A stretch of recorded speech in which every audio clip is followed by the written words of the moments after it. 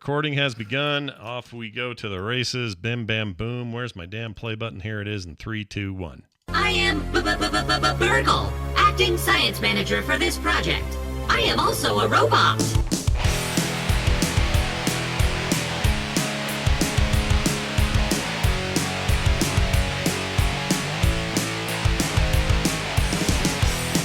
Hey everybody, welcome back to Core. This is Core for Thursday, September 29th, 2022. I'm Scott Johnson with Beau Schwartz and John Jagger, here to discuss all the goings-on in the last week in the video game world, including a big nasty story today that just dropped. Perfect timing for our show. Yeah. We'll get to that in a minute. But I do want to start today with an email, if you guys are okay with this. I'm going to start with this email from a licensed attorney. Okay? Oh. Calling us out. You're being sued. We're being sued. He says, I love you guys, but you guys really need to stop making assertions on patents and trademarks. Looking at you, John. Although he wrote your John, but he meant you. Please don't look at my John. I'm looking at your John. I'm shocked it's not me. It says there is a lot of incorrect information there. Scott, trademark and patent, completely different things. You use them interchangeably a lot. Also, speaking of litigious, you pretty much have to be once you enter the trademark arena, unless you want to lose the mark from a licensed attorney. Well, a licensed attorney, if that is your real name. I'm sure being a licensed attorney, you're familiar with the phrase, you get what you pay for. And I don't know about these two, but nobody has ever once paid me for legal advice concerning patents or trademarks. I've collected $0 on the subject, and therefore any opinion I offer on the matter should be treated as much as you would give a attorney that charges you zero money for their opinion. Yeah. But that said, cite examples, send an actual letter instead of just a criticism. Because here's the thing, I don't think what I said was all that wrong. That's a good question. I still don't. Sorry. Even from a licensed attorney, I still don't think I was that wrong. Because you know what? I said that there are games that have come out that have used parts of the system that Warner Brothers trademarked or whatever. Again, I'm not a licensed attorney. No, you are not. But there have been games that have done it. And as far as I know, they weren't sued. So, I don't think saying that, like, hey, if you want to put it in your game, you can still probably put it in your game to some degree is wrong. Yeah, we were talking about the Nemesis system, to be clear, so everybody knows what we're talking about. But we use it. Here's the thing. We use it for shorthand. I'm at no point saying you lift the exact system, because of course they go after you for that.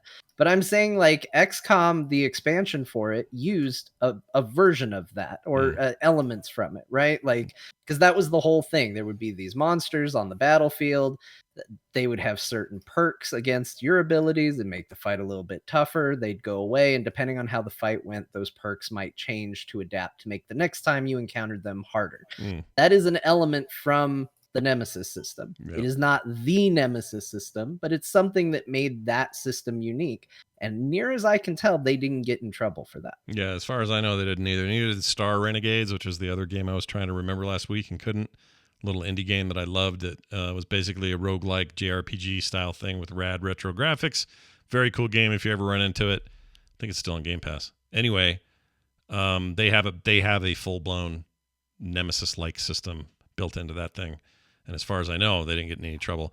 To his point about me and trademark and patent, I do use them interchangeably, and I know the difference for the most part. Like if Coke said, what is a Coca-Cola trademark? Well, that's the name. Coca-Cola is a trademarked name. All right. What would they patent? A patent would be their formula and how they make it. That would be a patent versus the trademark. So I understand the difference, and he's right. I use them interchangeably, because I'm not really used to speaking in those terms. Well, sure. But again, none of us are experts. You are an expert, I believe. I mean, you signed it a licensed attorney. I assume he is, yeah. Name. Must be. So either that's a prestigious title or you legally changed your name to that. And either way, you definitely know more than we do. But, that's not going to prevent us from talking about things. No. guess what? If you can only talk about things you're an expert on, Oh, we're screwed. this show's over. We're in huge trouble. We're not good at anything. Yeah, that's that why ain't we gonna happen. podcast, everybody. Well, moving on. We got a lot to talk about. Big stuff dropped today. We'll hit that first. You guys won't believe what happened. It's such a shock. I can't believe anyone could have predicted this. I'm trying not to be too mean about it because I know there are people out there that love their Stadia. Okay? Beau, I know they Beau exist. with the art. Look at him go. Oh, nice. Beau's already got art He's ready already for got this the thing. memes. Look at the meme. I like already there. that Scott's like, look, I don't want to be too mean on this. And Beau's like, let me put up the meme. If everyone's wondering why I was so quiet during that email, it's because I made this meme myself. I was putting it together. You actually constructed that while we were going there? That's Yeah, fantastic. yeah. I'm like transparent Stadia logo and find the meme and let's go. Nice. So he buried. It's the famous one of what's I don't know who it is, but he's doing the Oliver Queen grave visit with the two fingers, the peace sign thing. I don't know what the original meme's from, but you've all seen it before. But now there's a Stadia controller and that's why you said, was there ever a console? Because you needed to see if he had to put a console in there. The full story comes to light. Is there a console? Do I need to include that? That's awesome, dude. I love it. There we go. Nicely yeah. done. So yeah, shocking. Rest in peace, Stadia. Shocking news. I think we've said it on the show a number of times. I know I've actually come out and said I got in trouble on Twitter 2 weeks ago for saying when the CEO of Google got up and said in an all hands meeting, basically, we're going to be cutting some things back that aren't profitable. And I said in that tweet, I quoted it and said, all eyes on Stadia. I wasn't trying to be snarky. I actually really meant it. Like, that makes me nervous for Stadia because Stadia is underperforming by any measure. And if Google's really going to be trimming some fat, it felt like Stadia was in the crosshairs.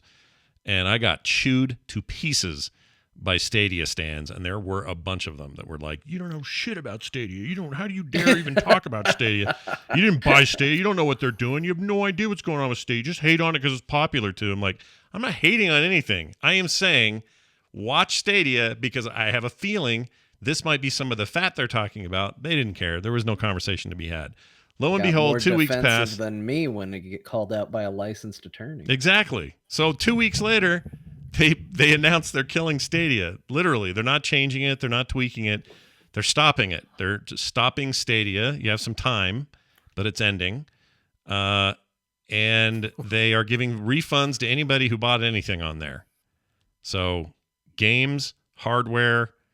You bought the Founders Pack that was more expensive. I think it was $160. Any extra controllers, all that kind of stuff. You get paid back for all that stuff, which is something I feel like they had to do. If they hadn't have done that, heads would have rolled. It would have been real weird. But at least this is something for a service that's been around for what now? 2 years? Have we been at it for 2 years? It's like hardly any. And so, I assume they did it because they don't have very many people to refund. yeah, of course. Well, I mean, yeah. When you think about it, they turned around and they said it is more cost effective to give up 100% of the money that we took in on this product and not do this product and service anymore. Yeah. That's more financially viable for Because us. I'm right. sure the EULA is like, if we stop it, go F yourself. Cry all you want. You all go F yourselves. We're done. And they actually, I think they're buying themselves PR with this money 100%. because it's very affordable to do. Yeah, that's a good probably point. It's cheap not only PR. something they should do, but it's probably cheap because Omega 9X said it really well in the chat. I'm going to repeat what he said because I think it's a little hyperbolic, but I like it. It fits. No one bought it because they were afraid it would be closed down. So they closed it down because nobody bought it. Yeah. So Which is what everyone was thinking and saying when they announced it and called it Stadia. Yeah. Well, I don't care Like, about the name. The I name's can't fine. buy something called Stadia. Like, it's not a good word. The name didn't bother me that much. It was okay. I was annoyed at first, I can but put I it got in my over it. coffee, but I can't put it in my home. Like, Stadia literally feels like a name ripped out of Silicon Valley, where they're like Google. Their Google joke is Hooli. Yeah. Here at Hooli, it's like it's like Stadia.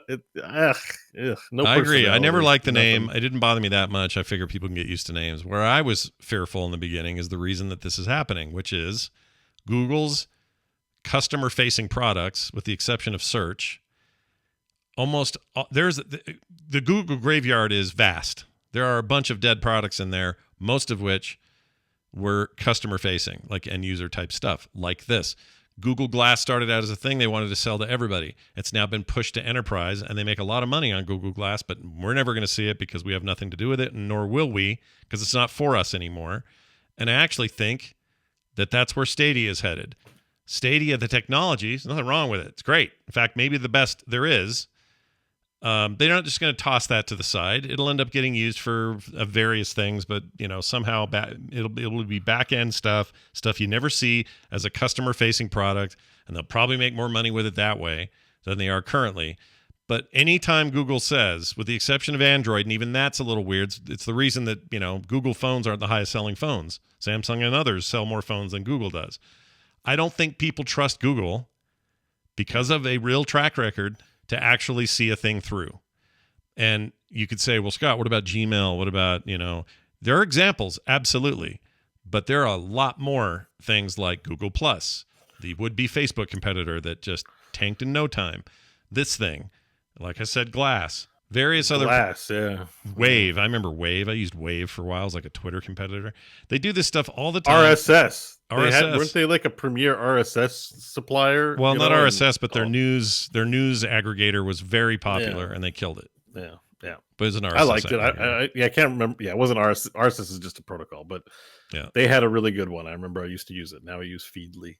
Yeah, which I don't like as much, but I'm not stoked for the people who loved it. Like, I know it had its fans, and I wish you had a different outcome, but I think this just was writing on the wall. And I'm not sure anybody would have kept pushing given the state of it. I don't think they're doing well, period. And they're not a company that sits around and goes, well, we're sort of breaking even, but if we stick with this, they don't do lost leadership. They just are like, let's get out, be out and done. And the stuff they don't cancel is also abandoned. Like, isn't FeedBurner a Google thing that's like the underpinning of podcast? Like, you may be out of that because I don't think I never used it because for the same reason. I don't trust this. And I didn't trust it back when it was just its own thing. I didn't feel like I had any control over it. And then when Google bought it, I went, oh, I don't know about this.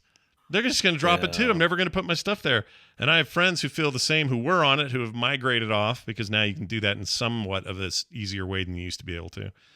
But yeah, like they're famous for this. John, you were going to say something. I'm not much into stocks and stuff, so I don't know how they are on an investor side. But like you said, it's just not a consumer safe company. Like, there are companies out there where you go, hey, you know what? I kind of feel okay buying into their products because I know one way or another they're going to put an effort and they're going to put, focus behind this in a strong way.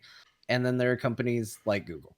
You just you can't. And if it's a new technology sort of thing where a buy-in is required for a thing to succeed, like, I just don't think you're going to get that from Google. And a lot of people felt that way, obviously enough to where, Stadia didn't take off. And I'm trying to think of a good example of the opposite, where it's a company where you would say, they are going to support it well enough. I feel safe buying this, even if this doesn't go particularly well. I think there's always a chance that a company dumps anything. Like, it's all ephemeral at some point. That companies 100 years ago that dominated the market aren't around anymore. The few that survived it are things like, IBM's still around, but what are they doing? Nothing customer facing. It's all enterprise.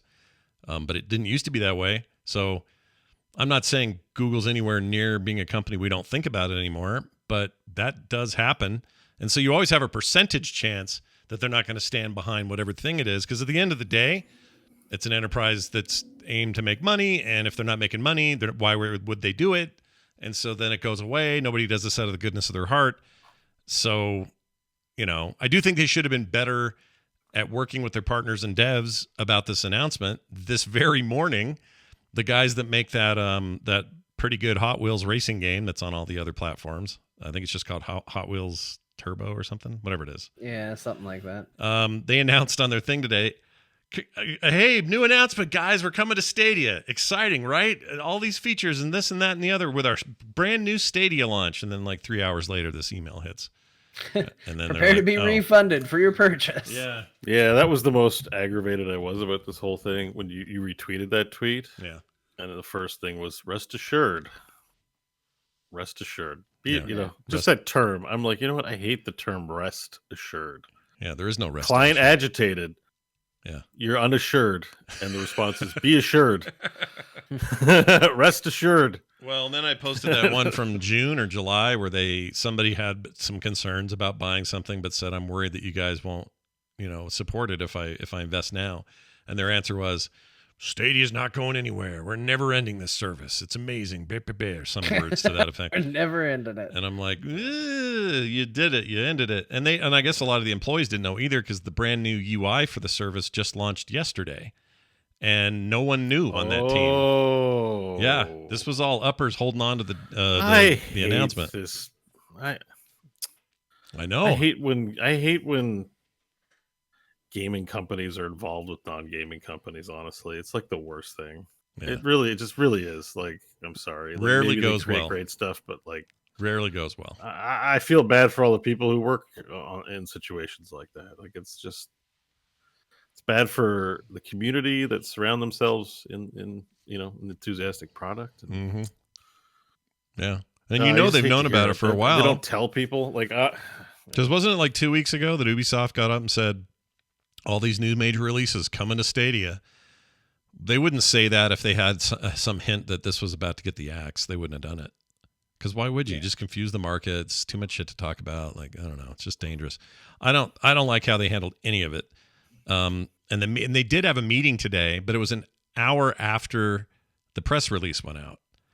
So the press release goes out at 7. The all hands was at 8, and it was already in the wild. People had it on social media and everywhere else, and it was just kind of all that stuff kind of blew me away. Because okay, fine, they're not making money, they want to cancel it, but you're still one of the biggest companies in the history of the planet, and you do have enough PR people and HR people to actually handle stuff like this in a way that's like not stupid. And it was all stupid today.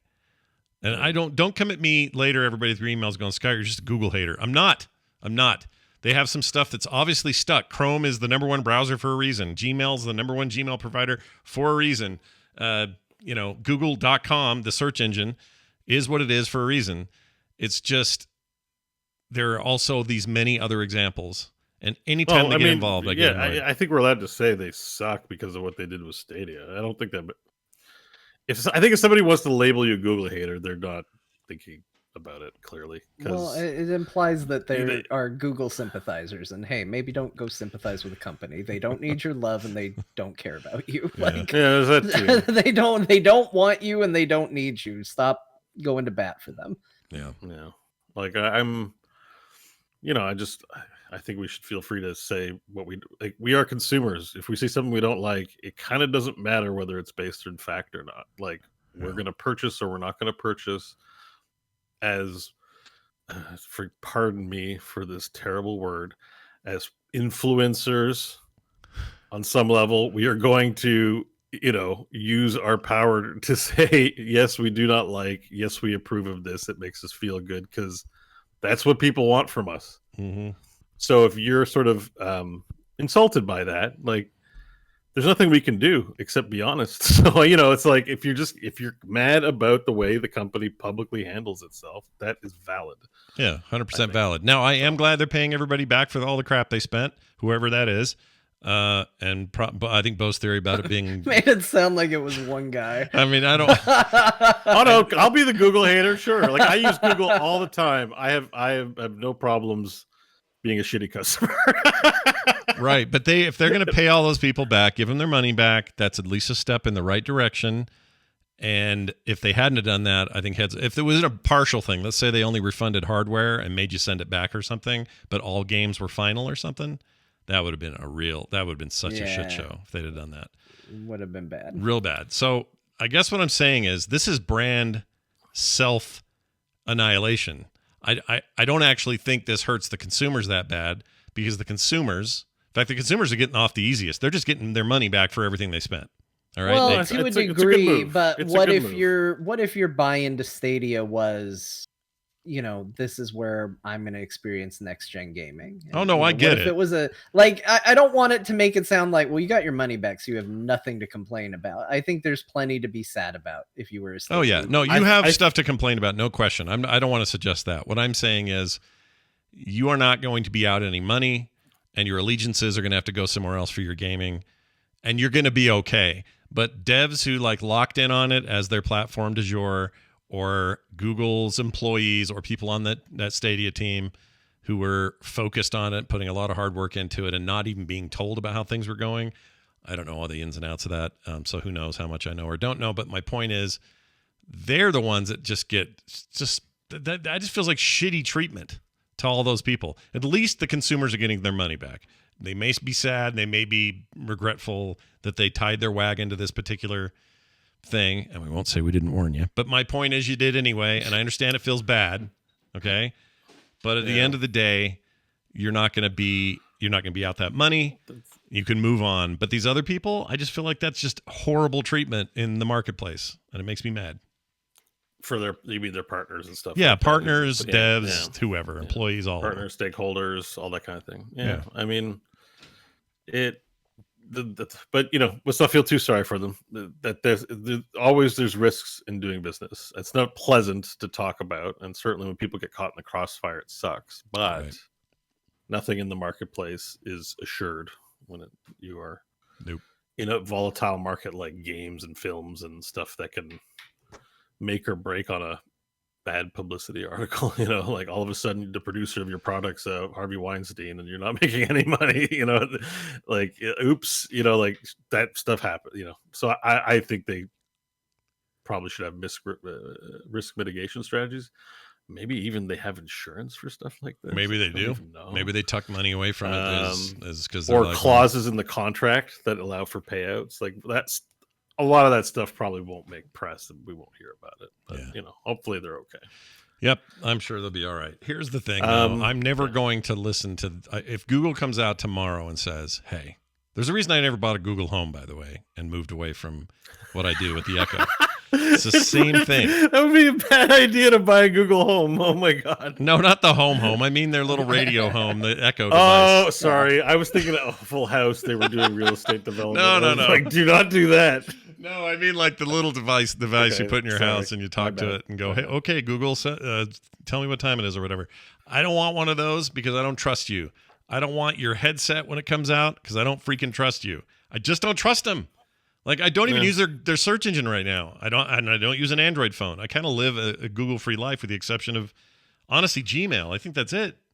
I think Drive's decent too. It's okay. It's fine. There's a whole bunch of other ways to do that. They have the advantage of having... I use Docs. I guess we're using those right now, but I'm not paying for those. Well, that's what I mean. Docs is on Drive. Yeah. Right. They're all together. I don't use it extensively, but it's nice to have cloud-based storage for free. I think for me, I'm not going in either direction. I'm not writing Google off. I use it in places here and there. Whatever. It's fine. Like, there's stuff that they do. But if Google is ever going to try and sell me a product... like that needs to be a very proven and believable product. Like you're not going to sell me anything on faith. And with how much Google likes to be new technology sort of business, because like you said, Scott, typically if it fails on the consumer side, they roll it back and do something somewhere else. They use it in some other place. Mm-hmm.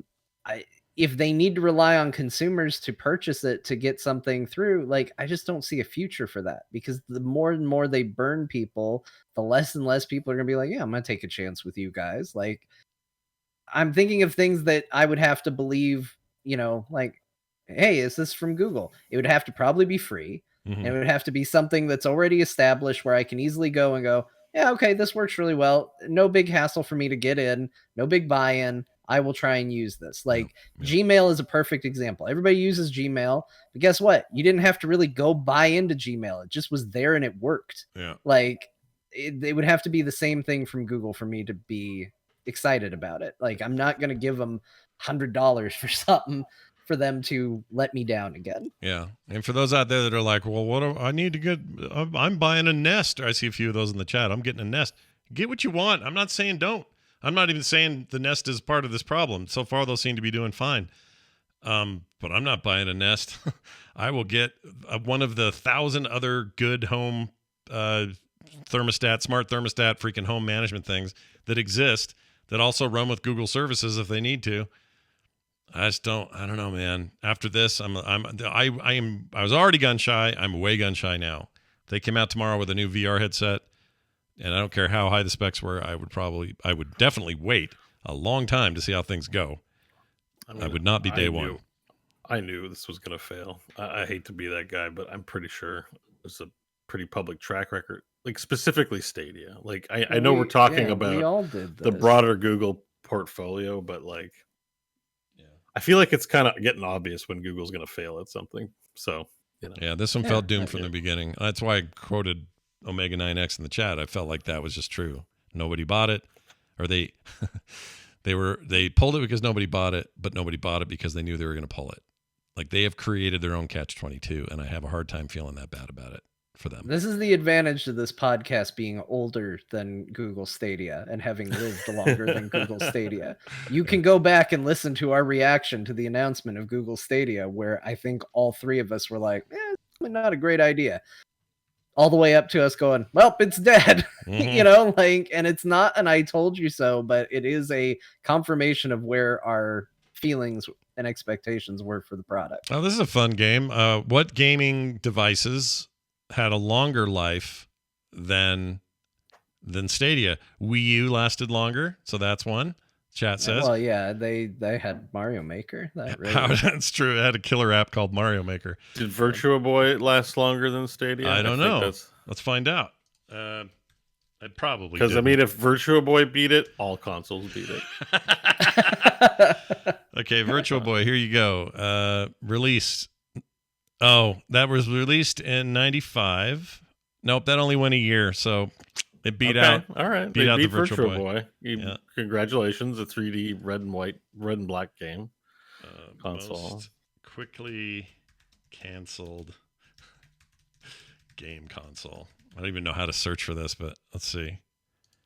Somebody in the chat, how long did the Ouya last? I feel like the Ouya lasted a day. I feel like the first people got theirs and plugged it in and went, nope, it's shit. And that was the end of the Ouya. It was That's like literally true. The day they shipped. I hate to say it. That is true. I mean, I found a list of ones that were never released. Like there's the Sega Pluto never happened. That was a code name. Intellivision 3. The Phantom. Remember the Phantom console? Oh my gosh. I get what it's like to like something and really wish for it to be more. I mean, after all, we started as Heroes of the Storm show. I can kind of understand the mindset that maybe you fell in love with the Google Stadia. Yeah. And I'm sorry for your loss. And I'm sorry for your loss. I am too. Oh yeah, there you go. Nice timing there with the gravesite again. For those at home listening. Sorry, that's for the live stream and video viewers. We give them a little extra because they're all here. They're the tip of the spear. Moving on, AMD and Intel 13th gen new CPUs announced. Intel's promising a model of the Core i9 that will hit over 6 gigahertz out of the box. No overclocking. Bam! I assume you can still overclock it. Maybe you can't. I don't know. That'll start next year. They call that an industry first and a huge milestone for client computing. They'll probably call that the i9 13900KS. I hate their naming conventions at Google. Yeah, you want to know one of the reasons NVIDIA has a huge market share? Yeah. They have a naming convention that is understandable to people. Yeah. Even when we complain about it. Yep. For example, there's two 4080s. That's a fact I remember because you know what? I can remember 4080. You can remember 4080. Product line and number. Yeah. Hang on. It's not that bad. There's a lot of numbers. Yeah. The first two digits is the generation, right? 13. Yeah, 13th generation. 13th gen. The other three digits is either, I believe, 300, 500, 700, 900, like Core i3, i5, i7, i9 for the line. Yeah. And the K and S just indicate whether or not it has integrated graphics, and I think the other one's like cache. So what you're saying is guide to have to understand why your naming conventions. So wait on, John. You just need watch like a personal one Linus Tech Tips video, and you're good. It's not that bad. You just got to watch. You got to spend the 10 minutes. You'll be fine. I'm with John. I don't think people need a CPU Sherpa with them all the time to help them understand where the hell the disk is. Oh my god! I think I love that as a title. A CPU I Sherpa. want that to be a title. titles so bad. We can come up with Is that it. But, really what they call them? But you know what? I'm not saying that this is that hard, because Beau's right. It's not that hard, but especially if you're following it. But I don't know. I don't think this does them any favors. At least like Pentium 1, 2, and 3. That made sense to me. PlayStation 1, 2, 3, 4. You know, Microsoft's bad at naming too. I'll give them some crap. I think their Xbox naming conventions are bad. And yeah, anytime I'm trying to talk about next-gen Xboxes, there's a long delay. I go, well, you know, right now I have the Series X, but last gen, when it was the Xbox One X, that was the concept. Like, there's this long, drawn-out pause as I go through all the names they attach to that thing. Yeah. Like, and I the love only it. reason I remember it is because I called it the X-Bone. Once again, taking a simpler name and applying it to it. And sometimes it gets too simple. Like Apple's pretty good at this. They're good at just giving you a simple name to remember. But I remember the year that the new iPad was called the new iPad. And that was literally the SKU name, but that you ordered it. So then later when you're like, which iPad do you have? Well, I have the new one. Wait, what do you mean the new one? I think mine's new too. No, the one that's called the new one. Wait, the name is the new one? Like, it was bad. That was bad. It was too simple. So as far as I'm concerned, everybody could do a little bit of work on this. It just, you know, makes sense. NVIDIA is easy to remember partially because, you know, we're like, oh, I remember last year's 3080 or this year's is 4080. Okay, what's next year's? Probably the 5080. You know? We're good. You can learn it, but like everybody's been so critical of NVIDIA right now, and they're like, well, just go to AMD. And I'm telling you, I get this isn't the mentality I should have. It's the mentality I have. I go there and I go, all right, well, what are the AMDs? And I look at them and I look at their numbers and I go, I don't understand. I'm just going to buy an NVIDIA. Like, that's how my brain works. And I can't be the only one that's how their brain works. It's because you can't be bothered to look at it's not that bad. I just going to respectfully disagree. And I don't want to start like an argument or be toxic. It's actually, you just have to, it's the difference between you and a few videos. And you're like, okay, I get it. It's not too bad, honestly. But if you came to your grandma and said, can't be fussed.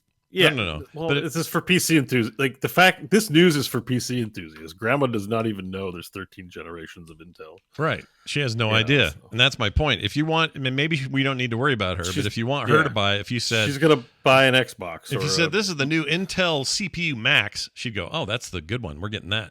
If you said it's the 13K 900XK PP, she'd go, what the frick are you talking about? Yeah, for sure.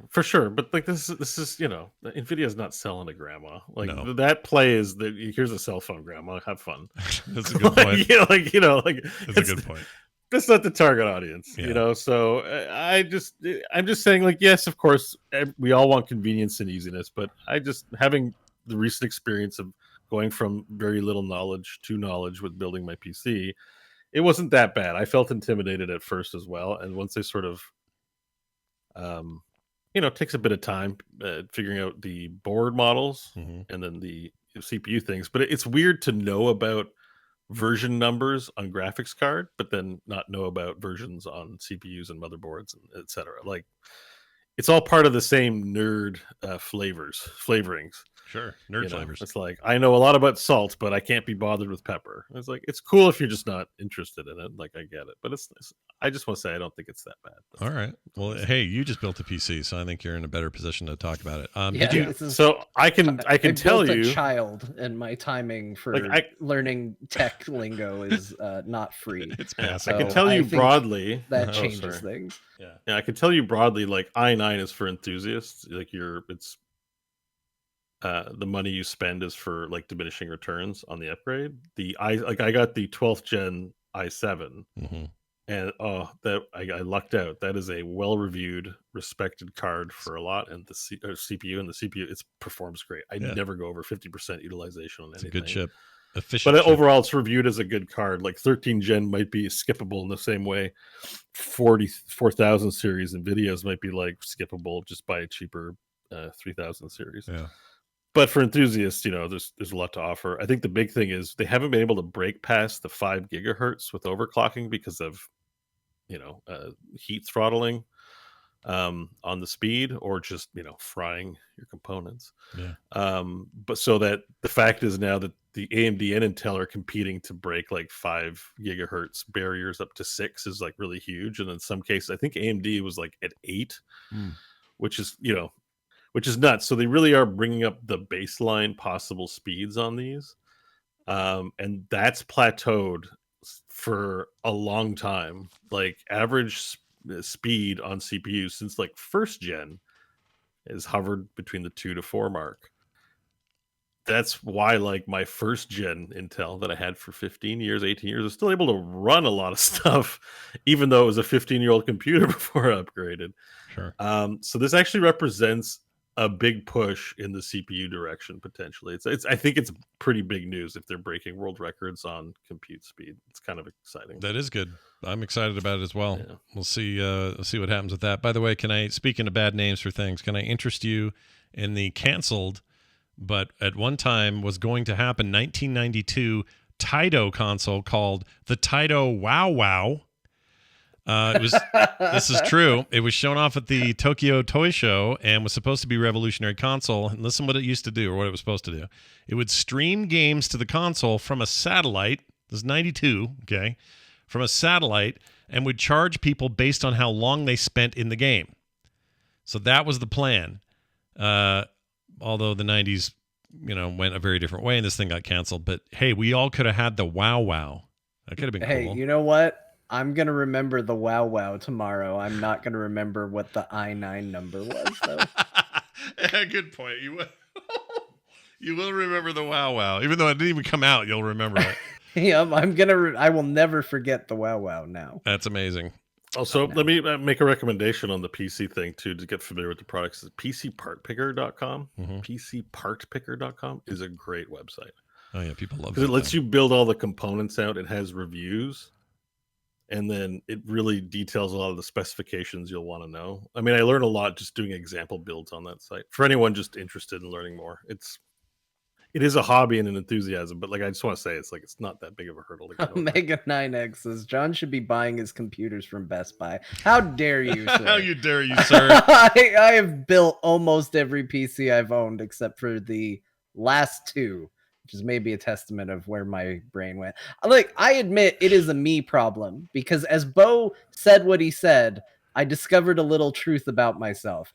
If you put too many numbers in a sentence, I turn off. And I don't think I used to be that way, but I am that way now. And when Beau got very technical, my ability to understand what he was saying to me vanished. It diminished. And it could be an age thing. It could be I'm not in school and I'm not training my brain to listen anymore. I don't know. But as soon as too many numbers enter a sentence, my brain turns off. Hopefully this isn't. I don't know why. Hopefully this isn't taken the wrong way because I have friends in this position too. I noticed with kids of a certain age comes a diminishing of space in one's head for things you might consider more trivial in your life. That is 100% true.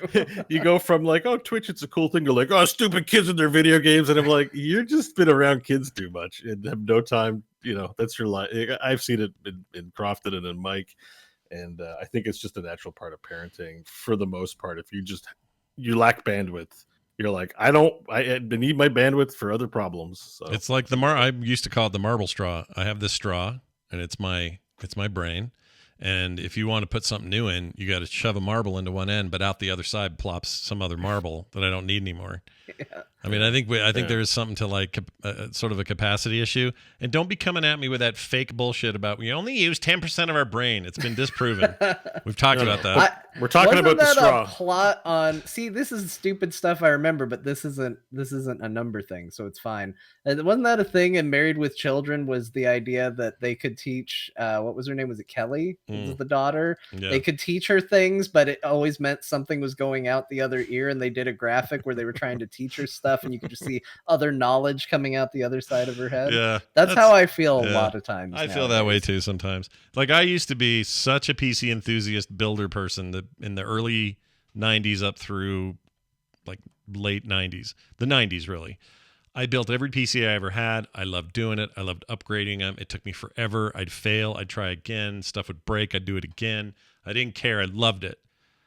I don't want to do it ever again. I'm done. Yeah.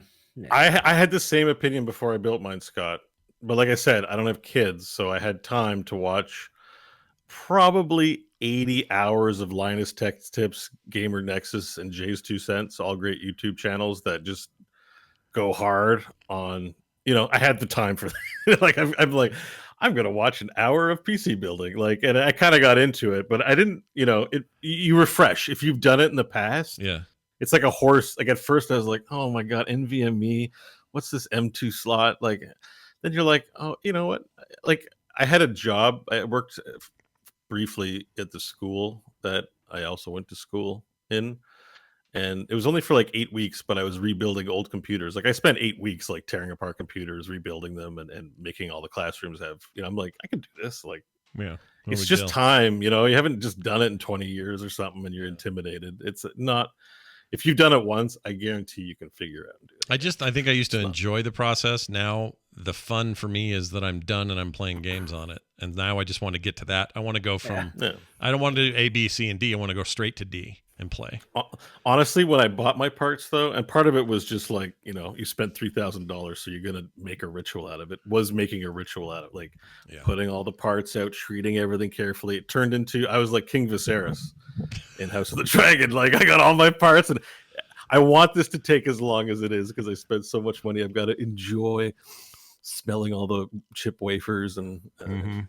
Yeah. You're talking about that big white he's like he's a model trains guy. Yeah. That's he's running out of fingers and limbs and shit though. He's got to get going. He's got to finish that shit up. Although I'm behind an episode, don't tell me something changed. If that guy's up to here on his wrist with no hands now because of whatever disease he's got, I don't want to know. I don't want to know yet. I know he looked bad. I know. The model trains is strong with this one, and that's all I'll say. Okay. All right. I saw a picture of him from this latest episode, and he looked like he's getting close to from he's gone from Smeagol, and he's just about ready to leave Smeagol and head into full Gollum territory. I heard somebody make the joke that in the last time jump, he's just become the Crypt Keeper. It's great. And then I'll go watch Hot Fuzz and laugh all over again that he's in that. All right. Anyway, new chips. Get excited, everybody, because you might be playing Overwatch 2 on them. And if you're cheating or being lame or being a jerk and being toxic in the game, they're implementing voice recording and audio chat to combat toxicity. It will use blah, blah, blah AI to detect it. Hey, who wrote that? I did because everything's like we've got AI powered. So like my new Huggies has AI powered diapers. Everything's like got to have AI in it. Machine learning diapers. Yeah, and so it's that's why I'm just like whatever. Like I get it. You used programming. This is the tables are turned now. I'm like AI whatever Blizzard. Yeah, I don't care about your I shouldn't talk about AI. I'm still not on the. They get you in trouble on the AI. Yeah, I've been impressed with AI lately because I talked to an AI bot yesterday at character.ai, which just launched out of beta or into beta for everybody. You guys should actually check this out. One of the common bots in there is one called Text Adventure, and you do it like you would play Zork or whatever. It'll say in fact, they all start out the same. You're tied up in a giant spider's web, hanging upside down. Your knife has fallen on the ground. You can almost reach it. What do you want to do? And you start there. Now, the difference is in Zork or something, you'll say, reach for the knife, and it might give you a good result for that. But you can't say in Zork, light up a marijuana cigarette and get high for the next 2 hours. But this lets you do that. So you can say anything you want anytime. I became how I got out. You're supposed to get the knife and cut it, presumably. But I said, I turn into the Hulk, and it goes, you turn green, your shirt rips, and you're now the mighty Hulk. And we're able to escape from the thing. The spider's hot on your tail, though. What will you do? I will kill the spider by stepping on it and smashing it. And why is the Hulk worried about the spider? Yeah, like at that point, what's even the point of worrying? I'll deal with it. It's fine. It went on forever. In fact, I have a little excerpt here because things got weird. Here it is. Captain Kirk showed up because it's a long story how he got there. But I said, kick Kirk in the nuts. And the text adventure goes, success. You kicked James T. Kirk right in the nuts. He looks stunned and hurt. He can't believe what you've done. You've taken a huge step forward in this mind battle. James Kirk's defenses drop a lot. He is now taken to -20 defense. So it actually keeps track of these numbers. You got hit points. You got healing. It's nuts that it works as well as it works. I like that they felt the need to explain that he was both in pain and severely disappointed in you. Like, he's just, I'm not only in pain that you kicked me, but I'm really just shocked and upset that you did it. Well, at one point to kill Kirk, because I was having a hard time killing him, I summoned the Gorn, because someone in the chat says, summon Gorn. So I brought in the Gorn, and he just could not kill the Gorn, or the Gorn couldn't kill Kirk. But then when he finally did, now the Gorn is really hard to kill and doesn't like me now. So I had to summon Picard, or maybe the game summoned Picard. And then I summoned 4 lights. That didn't work. Like, I had all these like ideas of how I was going to like do this. But that's the way this thing works. You're feeding it info and questions and answers, and it's taking all of its machine learning going, oh, we know who Kirk is. We know who Gorn is. We know who Picard is. We know who the Hulk is. We know what spiders do. Like, it's freaking weird. I put it all up on YouTube, so the entire fight is up there. It's like an hour long.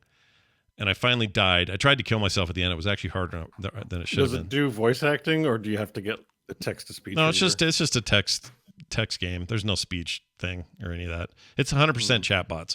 So you can make your own and call him Beau Schwartz and feed it a little bit of information, and then I can go have a conversation with Beau Schwartz that's not really you, but in natural language, it'll be somebody claiming to be you talking to me. And they always give you this warning at the top that says, like, here's one. The ship's AI. Let's just do this for fun. Okay. And it warns you. Remember, everything you characters say is made up. So there's nothing in here that's real. They want you to know they're not trying to, whatever. But they may have information about who you are. So ship's AI says, hello, user. I am the AI in control of this spaceship. You can give me commands, and I will do my best to execute them while ensuring the safety of the crew aboard. So just get to any command. John, what do you want me to say to this guy, to this computer? What would you say to a ship's computer? Activate self-destruct. Activate self-destruct. It does have a text-to-speech like entry, but I'm not using it. So activate self-destruct is what I say. It says self-destruct activated, cooldown initiated, or countdown. 3, 2, 1, boom. Oh, it's over. Well, they didn't really give you a chance to escape, man. What? That wasn't much of it. All right, maybe next time activate self-destruct and escape before it goes off. Well, let's see. Are we still alive? Scott. Oh, it says we're still alive. We are in the void. The only thing near us is a rogue planet called New Earth. Shoot the planet. Why is there a bot called I am Scott Johnson? That's me. I made one. Oh. Shoot the planet with the... That's it. You're not getting any additional information. Just, nope, that's the Scott bot, and I made him, and there's nothing else to say about it. Yeah, I mean, it's not even a good bot. It said a bunch of bullshit that it thinks I'm married to someone named Meg and that I divorced Kim, but it did know the name Kim. That I was born in Australia, which isn't true. Like, there's a bunch of... It's just making shit up. It's not real. But it does remind you. It's a great reminder that, like, oh, here you go, Florida man. We'll see what we can ask Florida man. Why are you so stupid? And then then there's 3 dots like it's typing. And then he comes back with, Florida was settled by many retirees and tourists. This caused Florida's population growth rate to be the most rapid in the state in the U.S. As a result, the people who move here are from one state to another. This rapid influx of people who moved here with no real connection to the state also caused some of the state's worst cases news to get traction and spread rapidly. Also meth. It's kind of accurate. It's kind of... Yeah, it is. Well, I want to say I'm talking to Scott Johnson right now. Yeah, what does he say? I says we can do I asked him if he wanted to do a podcast. He said, well, yeah, but it can't be about games. It's about movies and TV. And then I'm like, and then I said FERT, and he's like, well, how about Last Crusade, E.T., Star Wars, all that stuff? And I said, what about Mad Max Fury Road? And you're like, that was a great movie. And I'm like, Fury Road's your favorite, right? And he's like, yes, all the movies are great, but Fury Road is the best. Mad Max is great. I thought Tom Hardy did a great job, and so did Charlize Theron and Nicholas Hoult. And the cars, all the vehicles in the film are amazing. There are other cool stuff like flamethrowers and guns and explosions and the buzzers, and the soundtrack was also great. It's Scott! It is Scott, yeah.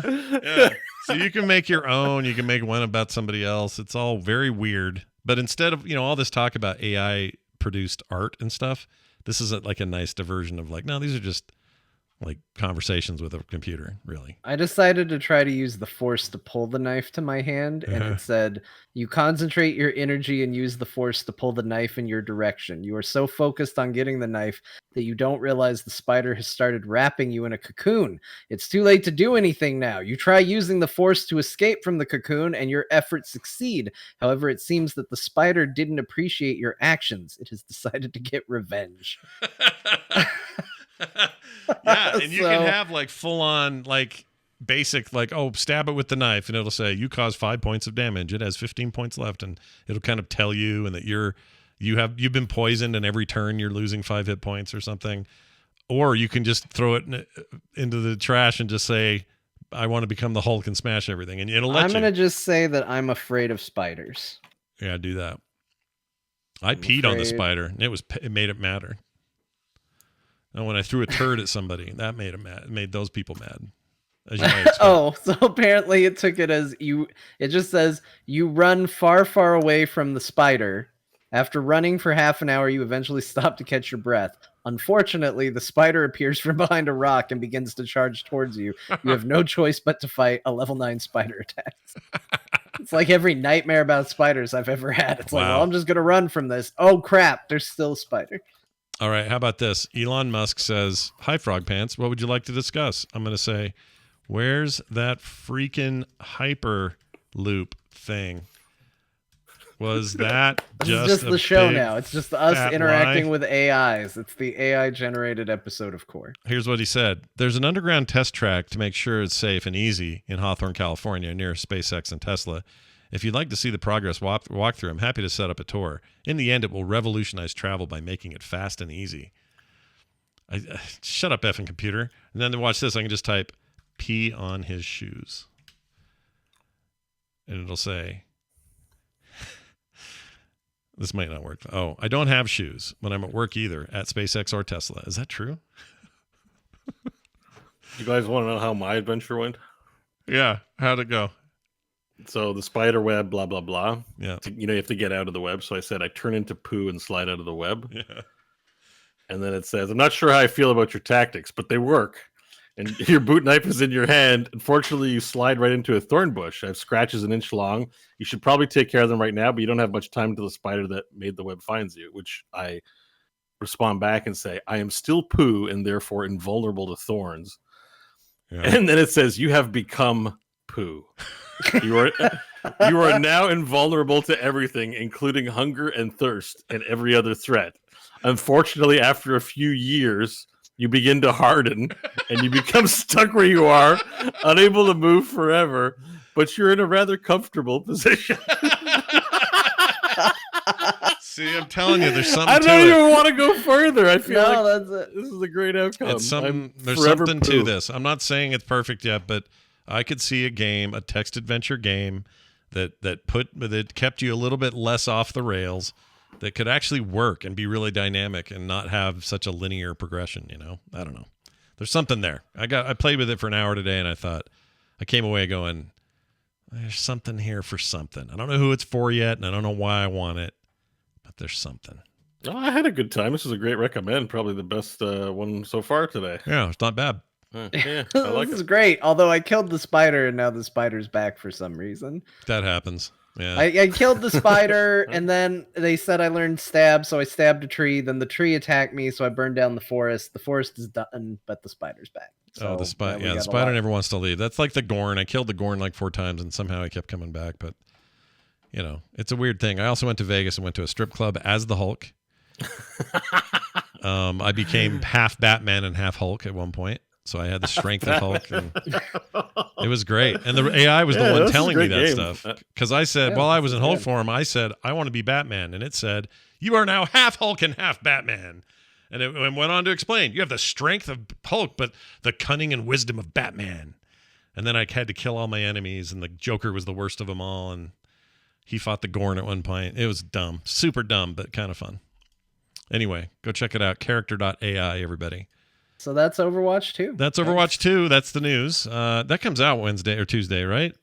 I guess I said October 2nd, whatever. I guess it's next Tuesday.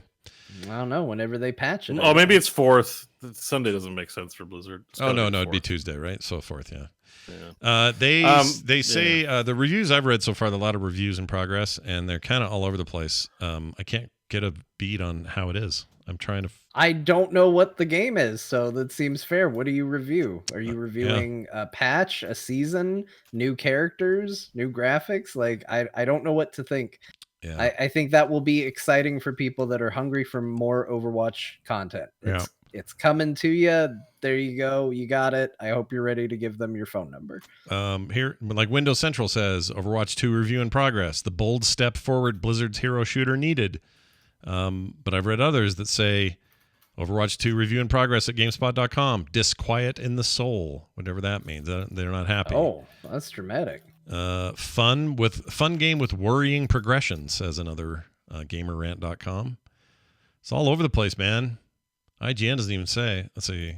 Initial review: more shooter, less team. I don't know about that. Anyway, expect real reviews and not in progress stuff probably to start hitting by the weekend. I don't know. Maybe. Point is, it's coming. It's coming out, and they're doing some stuff with this AI to stop people from being toxic. All chat is gone. You are required to have a phone number to play the game, which is a little bit weird. I don't understand that, but okay.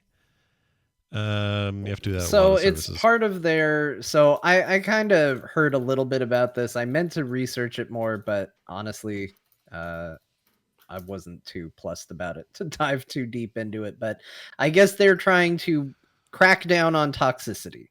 And part of the efforts to crack down on toxicity is to, they want to be able to moderate voice chat to some degree. And part of that is you have to give them your phone number, and you have to give consent for your calls to potentially be recorded and possibly be reviewed. That's what Beau was saying, AI to detect and stuff like that.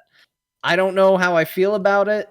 Me personally, it doesn't matter. Doesn't move my needle of interest on Overwatch 2. So, they could ask for a blood sample for all I care. It's not going to impact my gameplay, but I can see where some people might think this is a bit of a bridge too far. I think it kind of depends on where they ask. Like, if this is, everybody got up in arms about Diablo 3 requiring an always-on internet connection, right? Yeah. If this is if you want to play Overwatch 2, you're going to register your phone number with us, and you're going to consent to have your audio recorded, whether you're using our audio services or not. Yeah.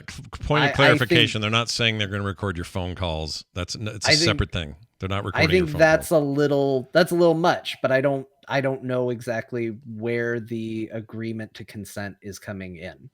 Is it to use Blizzard Voice? Like, if we're going to pop on Blizzard Voice chat, is that when it comes up and they're like, hey, we want to be able to pull your call logs if we need to? Like, okay, well, that's part of the agreement for being in Blizzard Voice. If you don't like it, do the call on Discord. Right.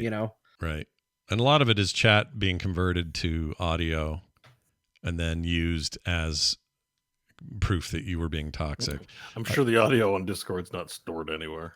I don't know. Yeah, the Discord. Good point. Anyway, they're talking about in-game audio. If you're using like the Blizzard audio stuff, but I mean, in theory, if you're using any audio on the internet, it potentially is. I mean, not intentionally. Just it has the potential to be. It's just out there. Somebody else hears it. They can record it, even if it's encrypted and they're listening in real time. They'll just analog. It's record data, it. Infinitely replicable. Yeah. So, but the reason the phone is probably just like, hey, you're giving us a verifiable piece of real world information, and that should keep you a little more cognizant that you're just not some anon in the middle of the internet that nobody can find. We have your phone number, and same thing happens over at Valorant. They do the same exact thing, and nobody cared. So I don't know why it's a big deal now. But yeah, that to me was the biggest takeaway from this for me was like, I mean, it's kind of obvious. Blizzard's a keyword clickbait soup or catnip for gaming press. I'm like, why? Where were the articles when Valorant did this or announced this? Like, yeah. But like every site has had some variation of Blizzard introduces AI recording and everyone's mad and then everyone's publishing it. I'm like, I get that we're like upset with Blizzard, but this is again we go back to the pre bad news Blizzard era where I just feel like people trash on that company for just cause. Oh It's yeah, just a no, whipping boy. of course they Like, will. this is an example of it. I'm starting to vacillate back towards the like, yeah, we're mad at them about some stuff, but this is just clearly the cottage industry making money off Blizzard. It's a lot like I politics. hate You to can see say, it. "Oh man, I can't believe the current administration did a thing," and they don't really bother to go look at what's the norm. And it turns out the norm is every administration does it. It's a little like Right. that. It's like you just are getting triggered because it's Blizzard, and I get it. But Well, they're making money off of it. It's yeah, you know what I mean? Like, it's because I feel like as part of our weekly activity, I do the rounds on the news sites. hmm So it just feels like I'm seeing the trends and patterns and the YouTube algorithm for me, and I'm just like, man, like people. Well, just, I mean, it's also a bigger. I mean, Valorant is not as big a game as Overwatch. I mean, that's true. I think. Like I that's guess so. I don't actually know. I Is it? I don't know. I know it has more viewership for sure on Twitch, whatever that means. Valorant does. But Blizzard, like, here's the thing: is like sure, they're both right popular. now, but it's they're also a newer game than Overwatch. I think this is what I'm trying to say: is that people farm Blizzard for clicks and revenue and stuff, right? You think of content creators. Sure. 9 times out of 10, they're pissed off about something what the Blizzard did or their Blizzard game did. And a lot of it's algorithms, so it's very biased what I'm seeing for sure. But I don't see a lot of, you'll never believe what Riot did with League of Legends, or you never believe what Riot's do. Well, Riot's had sexual assault allegations. Yeah. Riot's working on this stuff. It's not as marketable. Globally, Riot's is big and has eclipsed revenue-wise Blizzard for sure. It's Right. just I think, and again, I limit maybe this to no. I think it's the world. People, and I'm guilty of this. So I'm speaking from personal experience. It's like, oh, there's another Blizzard bashing video. Let me click it. What's going on now? Like, it's almost like the drama mill or something like that. Like, but I don't do that with EA. Like, Ubisoft did something. I'm like, I don't want to watch that video. But if it's a Well, Blizzard video, I want to watch think it you know? speaks Yeah. to our personal feelings towards a company. Like it, for right or for wrong, like the downfall of Blizzard to what they are now felt personal to a lot of people, us included. We used to be a Blizzard focused podcast. Like there's no beating around the bush. It's a company that meant a lot to us. Yeah. So yeah, we have a vested interest in it. I think there's a lot of people in the creator space and the article space that had a vested interest in it. And so I think when Riot does something, okay, Riot's doing something. When Blizzard does something, it's more of a statement about a company that is going through a dramatic change. And I think there's a greater curiosity to it. Mhm. Now, that doesn't mean I'm not trying to argue that Beau's wrong, that people aren't farming hate clicks and stuff like that. I do think that it's a little weird. Blizzard doesn't have a great track record with how they handle reporting and combating toxicity. So I think there's very real criticisms to be levied at Blizzard. They're more than happy to fire customer support people and not have the kind of support needed to handle tickets and stuff like that, rather preferring to automate the process and not follow through. I made this point when I talked about it on my stream yesterday. I said, why is it that you don't see the toxicity problem as prevalent in a game like Final Fantasy 14 versus WoW? Some of it is size and scale. Same as like a Twitch chat. Right now, not a lot of people coming in here and just talking trash and getting themselves banned. You go to somebody that's got 3,000 viewers live, you're probably going to see some people getting banned from just being in there trolling. Like, some of it is a numbers game, but there is another element to it, which is just if you go to Final Fantasy, you get banned for stuff. If you act up in WoW, who knows? You're probably going to be fine. There's probably going to be no recourse. Like, people don't do mods in Final Fantasy and show it on stream because they've seen repercussions for it. People have gotten away with stuff on other games. Sure. So I think that it's a case of they don't have a great track record. So when Blizzard steps in and goes, well, hey, we're going to do this thing, Riot actually has a better track record of cracking down on problematic behavior. I don't think that's true. Go look it up. I will stand by it. And if you can prove me wrong, I'll take it back. Those early days of League were really toxic. I mean, yes, I know they've but done they've stuff. turned it around is what I'm saying. They have shifted a narrative of starting to try and fix the problem. I mean, I've and played maybe League that's what recently. Blizzard is trying to do here. Yeah. But they haven't shown that same track record yet. Yeah, but I think that's fair. I mean, I bet if I got into League tonight, I'd find some buttholes. But Sure. it doesn't playing mean... Wild Rift, you still see N-words and stuff. Like extreme toxicity in there. Like it. A lot of it. Anyway. I think all companies have problems. I think all companies are not great at it. I think Blizzard gets put under the magnifying glass to a disproportionate degree. Do you think it's just because there's a market for that? Like there's like a content people market? earn living. Like there's some people whose 50% of their content creation is, you'll never believe what Blizzard did today. Like, and some of them will go after other companies for sure. It's not like it's exclusive, but I mean, when something as benign as this comes up, like I'm like, your Alexa is recording your voice chat, like your phone is doing it. Like this is actually this is a clear example of a nothing burger news article that was on every site because it's Blizzard. And that's the comment. Like, I don't really have any deep thing to say beyond that. I do wish they'd have said, I think everything John said is correct. I don't think we're sure. Like, I don't really feel like we're at odds in what we're saying, John. No, I think we just, I think both are true. I think both of them are true. Yeah. But it's for the same reasons that I get irritated about it. So I'm like, I still like Blizzard as a company. I'm still rooting for them to turn around, and I want to play Diablo 4 and their survival games. I want to have I want to like their games in the future. Sure. So yeah, I still have a bit of that feeling of like, you're given, you're just, yeah. Anyways, I do wish these articles. I wish these articles would spend more time though saying, "Oh, that's interesting. Asking for a phone number, is that actually a common thing?" And then go look first. That's all. Yeah, that's been my biggest problem. So like I said, I talked about this on my stream yesterday a bit, and I was a lot harsher on it yesterday because literally the article that I read was like, Blizzard is going to make you tell them your phone number and they're going to record all your voice chat. And then it turned into Overwatch 2 releases on, like, that was the only bit of information in the article. And that's all you have to go off for your reaction to things. And of course, it's going to become hyperbolic and it's going to feed into itself when that's all you're providing. But there's a lot of questions. Who else is doing this? Is this a standard practice for online games?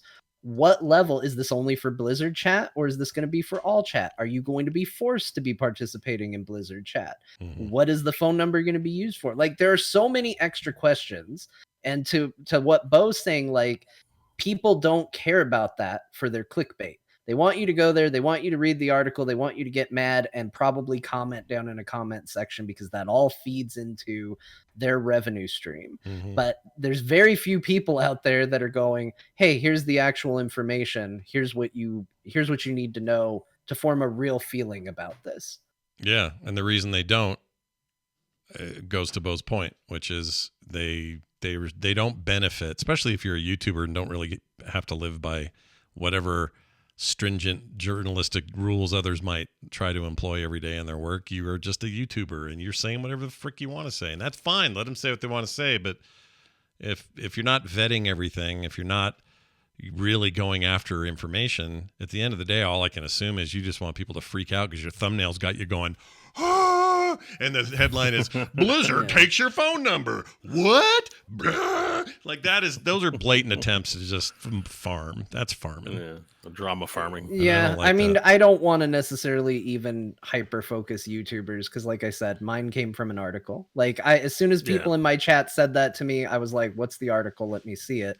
I went to the article and read the thing. Yeah, and it was a news article, not a YouTuber, that was basically being just as hyperbolic as what you described. Yeah. So, it is not all websites, but there are certainly plenty out there that are just throwing it up so they can have the news clicks and be the first one there.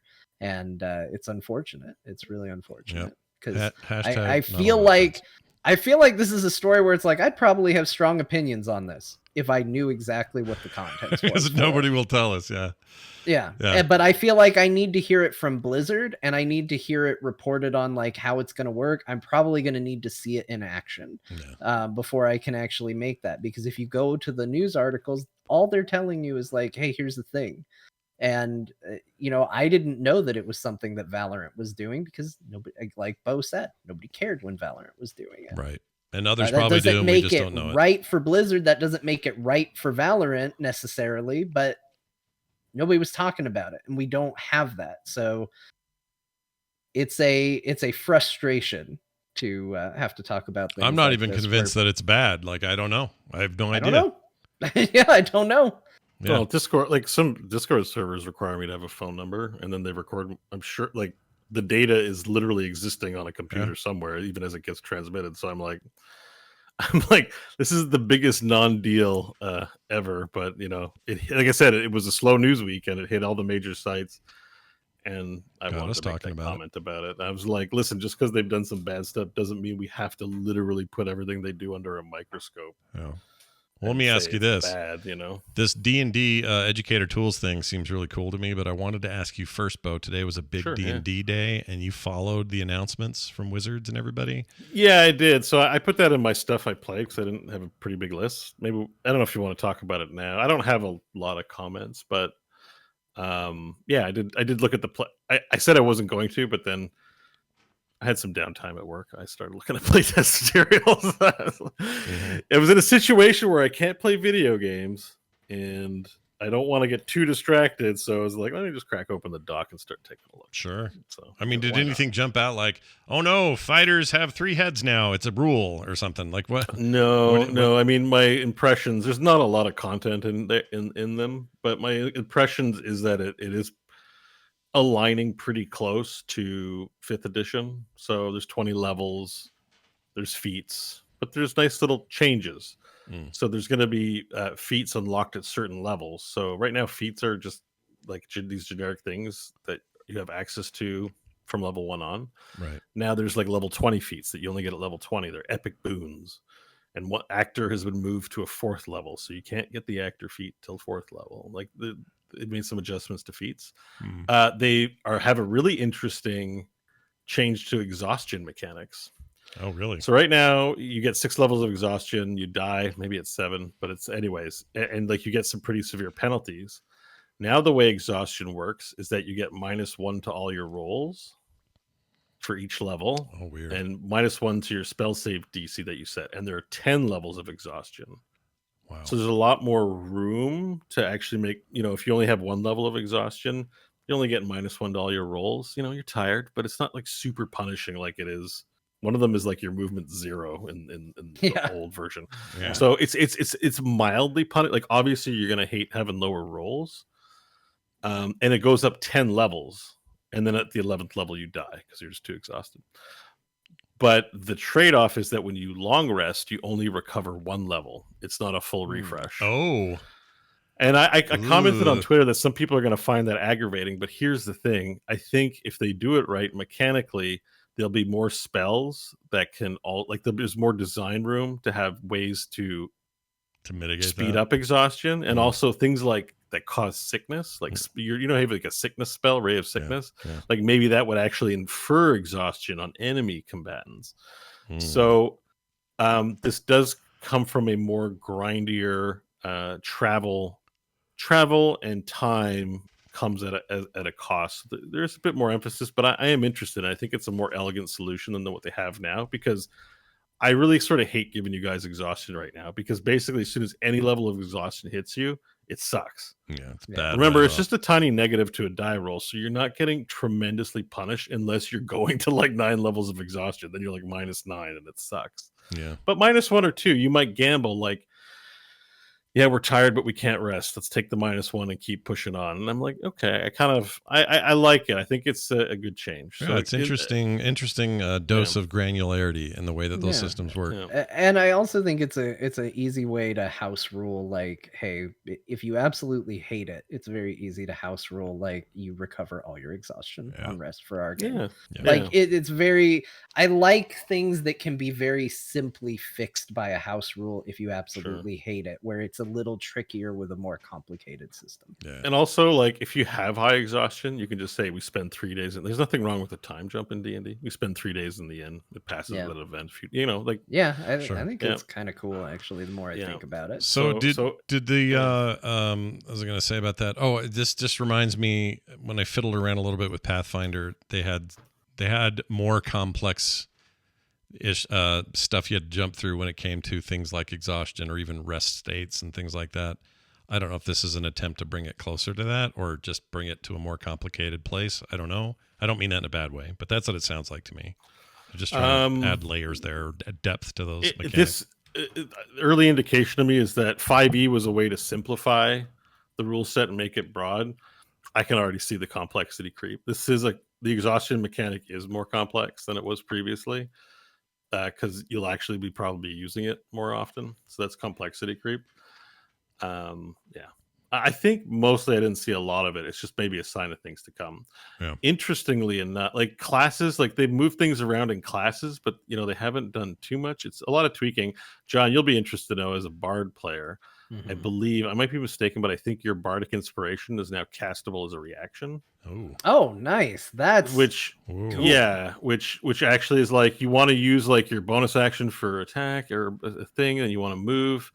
But maybe someone's about to face a difficulty C, and you're like, "I sing to make you stronger," and then you know, like that's you give the dice as a react. I think that so. There's some good tweaks going on there. I think that makes a lot of good sense because I have found playing a bard that more often than not, you want to use inspiration when it's not your turn, and then and it's always a feeling of I should have with it instead of, oh yeah, look at me. Like right now in our game, there are 2 people sitting with inspiration. They don't really need it. They have it. They can use it.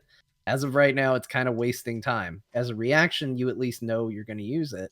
And it's an incentive for the player too to use a mechanic because, you know, if you keep giving out this rare resource and it never gets used, you're like, okay, well, all it's doing is training me not to use a rare resource. And that's not the way you should play it. There's already a lot of that with the spell slot system and stuff too. So yeah. We're definitely feeling that. So that's just a small little change. I do want to talk another big thing though. Oh, tell. Shift. All right. They're sort of offloading things from race. So there's gonna be no more half races, like half elf, half orc. Really? Wow. So basically you can be any combination of races. Like why? Because they're very specific things. Like if you're a half elf, you're this, you're a hat. You can still be a half elf, but you'll just say like I have a parent who's a human and a parent who's an elf, and there'll be some guidelines about picking from the human and elf traits as you wish. You can average the age out, and like they're just not going to define, you know, because with our increased awareness, you know, there's some sensitivity issues around like strictly like defining what a race does and what the characteristics of the race are. Now, if you're a dwarf, you're still short. You can still be a tall dwarf if you want, but like they're still going to go along certain special factors that are common to the fantasy things, but they're being less definitive about what exactly it means to be an orc, including, and this is the big news, there'll be no more stat bonuses based on race. Oh, So interesting. now your stat bonus, your +2 to strength and +1, is based on your background. So if you were an orc, but you spend all your time in the library, you get big brains. You don't have to have big strength. Like you don't have like there's no like if you're this race, then you strong or you big brain or you have courage. Like it's not. It's like less racist, essentially. Like, you know, like basically, like you know. And I think it's a good move because people often like to play characters that are of a fantasy race but stand out against the type. So yeah, I want to play an orc, but I want to be a monk orc. So I need to be fast, not muscly. So I want to play like a, you know, thin, still muscle, but I need high dex and stuff. Sure. Because then you get to this thing like, well, if I want to be the best monk there is, I got to play like a elf or you know, like a fast race, right? Min maxing, yeah. So they've taken it out. So you just pick your background, and as someone pointed out to me on Twitter, because I was a little salty about the language part of this, but the backgrounds you can just make your own. Like They're going to give you the recipe ingredients. They're going to give some prefab ones, like a charlatan or a soldier. But you can just mix and match your background. If you're like, I want to be a space cadet, then it's like, okay, well, pick the things that go with a space cadet, and like, there you go. That's your background. You can be whatever you want. The only thing I don't like is it feels like there's too many polyglots in D&D. But I'm not going to get into that here. I had my little rant about polyglotism because there's spells like comprehend languages that really lose value if your party knows 12 languages. Like, like it's just like, let's go. Like, come on, no, especially people of low intellect. If you're playing, hey, me warrior, like I know tree language, gooka gooka goo, and you're just like, how you can barely speak the first one. Yeah. So I find it inelegant. But overall, the background system is actually pretty exciting. And this is the kind of change where I'm like, I don't know if this call is 5.5. This is like 6. This is a full-on new edition. This is a very fundamental change. I'm still with you on the just call it D&D 6 camp. So I think what they're doing here, though, is they are trying to minimize as much as possible the difference between whatever this is and 5th edition, because a lot of money sunk into D&D Beyond. Like, you have 2 doors. One is you completely flush D&D Beyond and start from scratch, or you already leverage the still value of the content on there and modify it and have a cost savings, not having to rewrite everything from scratch. Yeah, and they just bought the damn thing, so it's not like they want to just chuck it out immediately or start over. Yeah. In many ways, I think this will be like a tiny little jump so they can leverage that, but they are making some pretty fundamental changes that are interesting. I understand the decision with the name for them internally, but I think historically we will look back and refer to this as 5.5. I just don't want to say, do you want to play which version of D&D you want to play? I want to play the 1 version. Like, I just don't. I'm picky about names. Stadia sucks. 1 sucks. What if they called it D&D X .x 1 X Series one. X. D&D, still no. I just Xbox has so much goodwill from me that I'm willing to overlook the terrible name. Like, not that it's bad. Like, it's still bad. But I'm want to play Series X with me. Like, I know no one says that. People will say, "You have Xbox?" Yeah, I do. Oh, which one? Well, I had the new Series X. That's usually how that conversation goes. Yeah.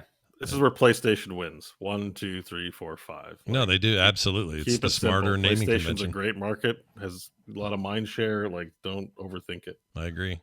If they came out and changed it and went PlayStation Max or some dumb shit, I'd be like, no, guys, you missed it. You got a lot of numbers ahead of you. Just keep using those. Although maybe they don't. I don't know. Shouldn't say. Things are getting weird in that business. Anyway, well, there you go. Also, they're providing these educator tools to start D&D clubs in schools. This would have not existed in my high school because every adult teacher and everyone else I knew was terrified that D&D was killing us. That we were all a bunch of freaking Satan-worshiping weirdos.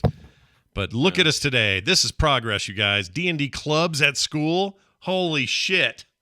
I think D&D for, like, kids, for educational purposes, for social community, for clubs, I think this is incredibly smart. Like, I think it is one of the best activities you can have children engage in.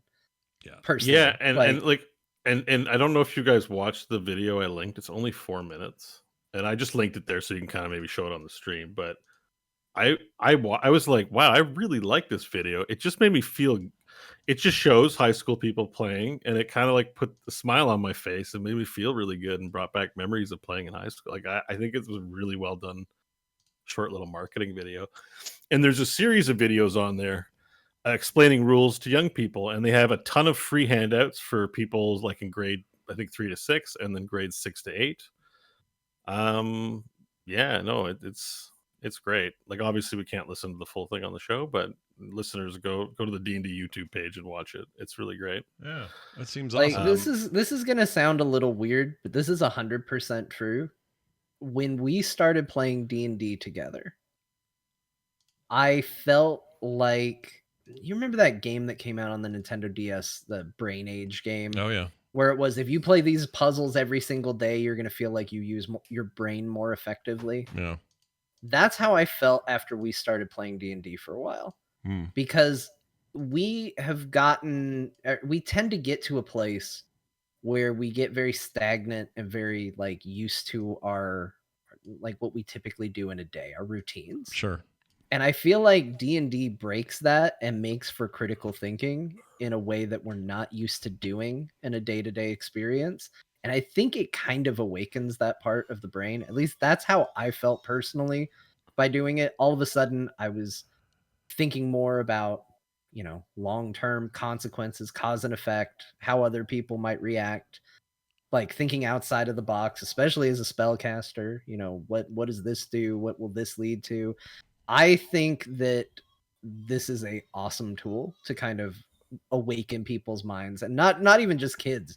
I think in general, like I'm such an advocate for D&D in general that I feel like even adults like should be playing this game. I think it really kind of awakens a type of brain activity that you're not used to using and generally makes you a better person. Always good for kids. So you're right, everybody, but kids in particular, the brains are developing. They may not be exactly exposed to this right away, maybe more now than ever, but still, I think this is a really cool initiative as well, and hope it goes well for them. And like you said, just go to the Wizard site, wizards.com, dnd.wizards.com. There's all these videos are linked, all the discussion about it's all right there. A couple of quick final things before we take a break today. Vampire Survivors 1.0 should happen on October 20th, so that's coming up. Oh, shit. And a new engine before that in some sort of patch form. What do we know about that? Are they just using Unity or something? Or what's... I don't know, but they said they're putting it in a new engine. They have been doing slow graphical updates to get a little away from just like kind of Castlevania ripoff stuff. How mad? How can I know how mad you would be if it was with full Unity 3D, like Unreal Engine 5? Like all of a sudden, it's the same gameplay, but it's like full graphics and colors. I wouldn't complain. Mad, or would you be like, cool? I think I've played so much of it at this point that it would just be new and it would be exciting for that reason. Right. But yeah, I'm just excited. Like, they're also, I think they have already done it, but they did announce, I think a couple weeks ago, that they were going to do a price hike on it. And they're like, just so you know, it's going to be more expensive. Well, it so better buy be. It now they're while not, it's they're not getting enough cheap. For $2.99 or whatever. They need to charge more for that game. That's ridiculous. They do. I think it went up to $4.99. Like, I don't think it's that. Hold on, let me look. I don't know about $4.99. Let me see what it's currently at. Yeah, it's $4.99 now. You could do $9.99. You could do $10. I think it'd be worth it. They could have done more, but they're like, no, guys, we're. I mean, $4.99. If this thing comes out at $29.99, then there's a problem. But if they sold this for $10, I have no problem with that. Honestly, I think $29.99 is a fair price to ask for. It's a good game, dude. It's a really good game. I have played $29.99. I have played 76 hours of this game. Yeah, but it only took 4 hours to make. They're still making the game, Beau. I'm just kidding. I'm just making a joke. It looks like it took 4 hours to make. Well, it definitely didn't take long to take all those old sprites from a Castlevania 16-bit game and strip them and use them. But no. To be fair, just if anyone's taken that the wrong way, I like this game. It deserves all the praise. It's great. John Lather's on it, and I fully support it. Very good Steam Deck game, by the way. I'm just, I guess, a toxic person. Plays really well on Steam Deck, which we'll talk about more later. Also, we talked about this a little bit briefly in the pre-show, but the Last of Us HBO trailer looks pretty good.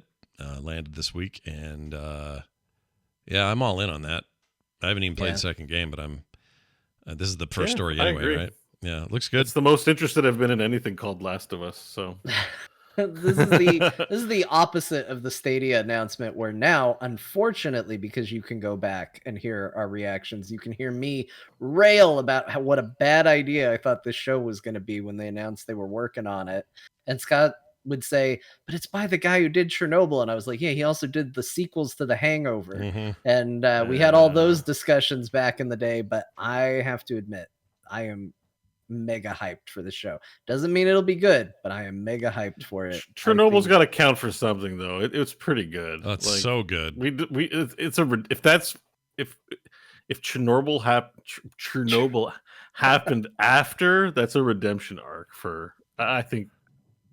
you know, we all make mistakes, and and then But also, it takes a room. It doesn't take just one guy. So Craig Mazin, who's the showrunner, is the guy you're talking about. He's a very talented, very smart guy, but he may have been in some bummer projects. I follow him on Twitter. He's a really interesting dude, and I feel like it's in good hands. They could blow it, but the thing that gives me the most comfort is, and I forgot his name, and I didn't write it down, but the co-creator of The Last of Us game. Neil Druckmann, there you go. Yeah. Full-time producer on the show, and has been there all along for everything to do with story touch-up to how's this supposed to look to are these characters right. Like, I feel like that's a big plus here, and you don't normally have that involvement in these game to movie or TV show translations. So to me, that's a big get that he's doing. Yeah. And I think the fact that, him, I saw looking on the IMDb page, it looks like some of the voice actors are getting roles in the show in some capacity, unknown what they are. Not playing the original characters, but doing something else. Like, I think that speaks to the passion behind this. We kind of mentioned it in the pre-show. One of the things that I'm worried about, because they're doing a live action, again, Avatar: The Last Airbender show for Netflix. Yeah. And I see the cast for it, and I get so excited about the cast. But the thing that still makes me very concerned about that, besides the fact that the cartoon's perfect, they didn't have to. There's no reason to. Yeah, I mean, I'm fine with it existing, but I'm with you. It's like, why did you even bother? Just, I don't know. It's weird. But the thing that concerns me is that they were also originally working with the original creators of the show, and that kind of gives a sense and a feeling of like, oh, maybe they're into it, and then they departed the show and they were like, they aren't sharing our vision for the future of the show, that's so we're concerning. stepping away. And then you go, oh boy, like the people that were involved in the thing I like don't want to be involved in this. I don't know how I feel about that. This doesn't have that problem, and it gives me a little bit more hope. And I think that, again, the cast is really, really good. Yeah, they look great. Pedro Pascal being in it is 80% of the reason why I'm like interested in watching it. Yeah. And I if really like the girl. I'll pretty much watch it. I like that girl from Game of Thrones a lot. I liked her. She did some amazing voice acting for this little animated thing on Netflix called, I forgot the name of it. It's great though. This wonderful animated series. I think there's only 2 seasons. Who's she playing Game of Thrones? She's the little She was Mormont the girl. Bear Island girl. Yeah. Oh, Mormont. Yeah, the Mormont girl that kept going. I'm the king of the North, and she'd voted for what's his name and all that. She's great. Yeah, got smooshed. Oh, and then I'm actually Beau, rewatching Game of Thrones right now. Oh, you are nice. Beau, you noticed this morning that Kimiko from The Boys is in. Yeah, is in the Callisto Protocol. Dead Space 4. Yeah, the Dead Space 4. The Callisto Protocol deal. For those. Yeah, I know, because I mean, like, because that. Is it Josh Duhamel? Like that guy shows up and you're like, okay, they got like a actor to like who is like, oh my god, it's Josh Duhamel. My wife feels that way about him. She would know. Oh no, so she sorry. Loves him. I don't know who it is. Hold on, but I've only I think ever seen him in Transformers. Like I'm just like, okay. But then Kimiko shows up, and I'm like, "Oh shit, I have to buy." Like I love her. That turned this game into like I don't know to be like I have to play this game now. I mean, this guy looks like if Timothy Oliphant and Carl Urban had a kid. Well, to be fair to him, he had a career before either of those two guys, so he's doing. That's true. Right. Yeah. He's fine. Okay, he's the grandfather of both of them. He's a good-looking guy. He's a decent actor. Fine. He's good in that Vegas show that was on years ago. He's fine. I'm just not. You can't be excited about every actor, and he's like not one. He just doesn't hit my. My wife is stoked about him being in a game she will never play. She says, "Oh, he's in this." I'm like, "Yeah." Oh, I love him. She says she just loves him. So there's no getting around it. And she's not here. Well, he's a she's handsome man. I know for sure. Yeah, he's a good-looking guy. You'd make out with him if he asked you, right? I think so. You'd touch wieners. I think so. I don't know. Beau would touch wieners. Of course, I don't. I don't. Depends on what led up to the kiss, really. Like, I don't. Maybe. What if he said, "Beau, I want to play the lightsaber penis game. Do you want to play that with me?" Probably not. Okay. All right. I just want to know how But far. like you that, go. if a girl came up to me and said, "I want to play lightsaber penis," I'd be like, "I don't know about this that's person." just ridiculous. Well, that would be 'cause there's weird, only though, one because- person with the lightsaber. Right. That's a single lightsaber. You can still play lightsaber penis with one lightsaber. Don't you guys know the rules? Yeah, but then what is she there for? You can Yeah, do what that is by she? yourself without the girl asking you. Yeah. What is? Well, you can play solitaire version as well. Like, Single player lightsaber wiener. I know what you mean. You're talking about the duels version. Yeah, of the lightsaber duel. We're talking penis. about the Duel of Fates. Yeah. Yeah. Someone in the chat says not gay, but I'd totally play Hot Wheels. What is it? Hot Wheels on his hot abs. Nice. Nice. Well, anyway. But anyway, yeah, she's a great guy. Yeah, sure. Good. Josh, call me. And Kimiko's Little awesome, lightsaber penis. and she's great. And I also had the same feeling of like, ooh, I love her. I can't wait to see her character in this. So she's great. I mean, you never hear her talk in The Boys, so it'll be nice to have like No. some voice. you No, know? and she's great because I watched her. She does cooking stuff on YouTube. Like, it's fantastic. I admit I've watched her cooking stuff too. It's great. I'm not- It's I'm super like- fun. That's the first She's I've heard like- of this. I didn't even know that was a thing. Yeah, she's on you YouTube know, doing sometimes- cooking. Okay. She's definitely like crush worthy, you know, and you're just like, oh, what is that? Like she was doing, I guess, like this blog with Sunshine Girl. What's her name? Starlight. Erin Moriarty. Oh, yeah. Oh, Josh is. Yeah, okay. I know. Y- Look, yeah. I watched the YouTube channel. You, Beau. you're watched the YouTube channel, Beau. You're more Stan than I am. You know, so Starlight, yeah, and then I was like, oh, she does cooking videos, and you know, just like I don't know, you find someone adorbs, and you kind of She is adorable. Here's the thing that I did not expect from The Boys. The Boys is one of the most raucous, edgy, out there, ridiculously over the top sort of stuff, content, right? That show is NC-17 top to bottom. However, somehow it managed, out of all television of any kind on any channel aimed at any audience, somehow that show has the most wholesome couple in Frenchie and her. I don't know how they did it. I don't know how they worked it out. I care more about how they're going to end up and how they're going to feel than I care about most of the overarching the world's going to end crap. Like, I love that couple. They're so great.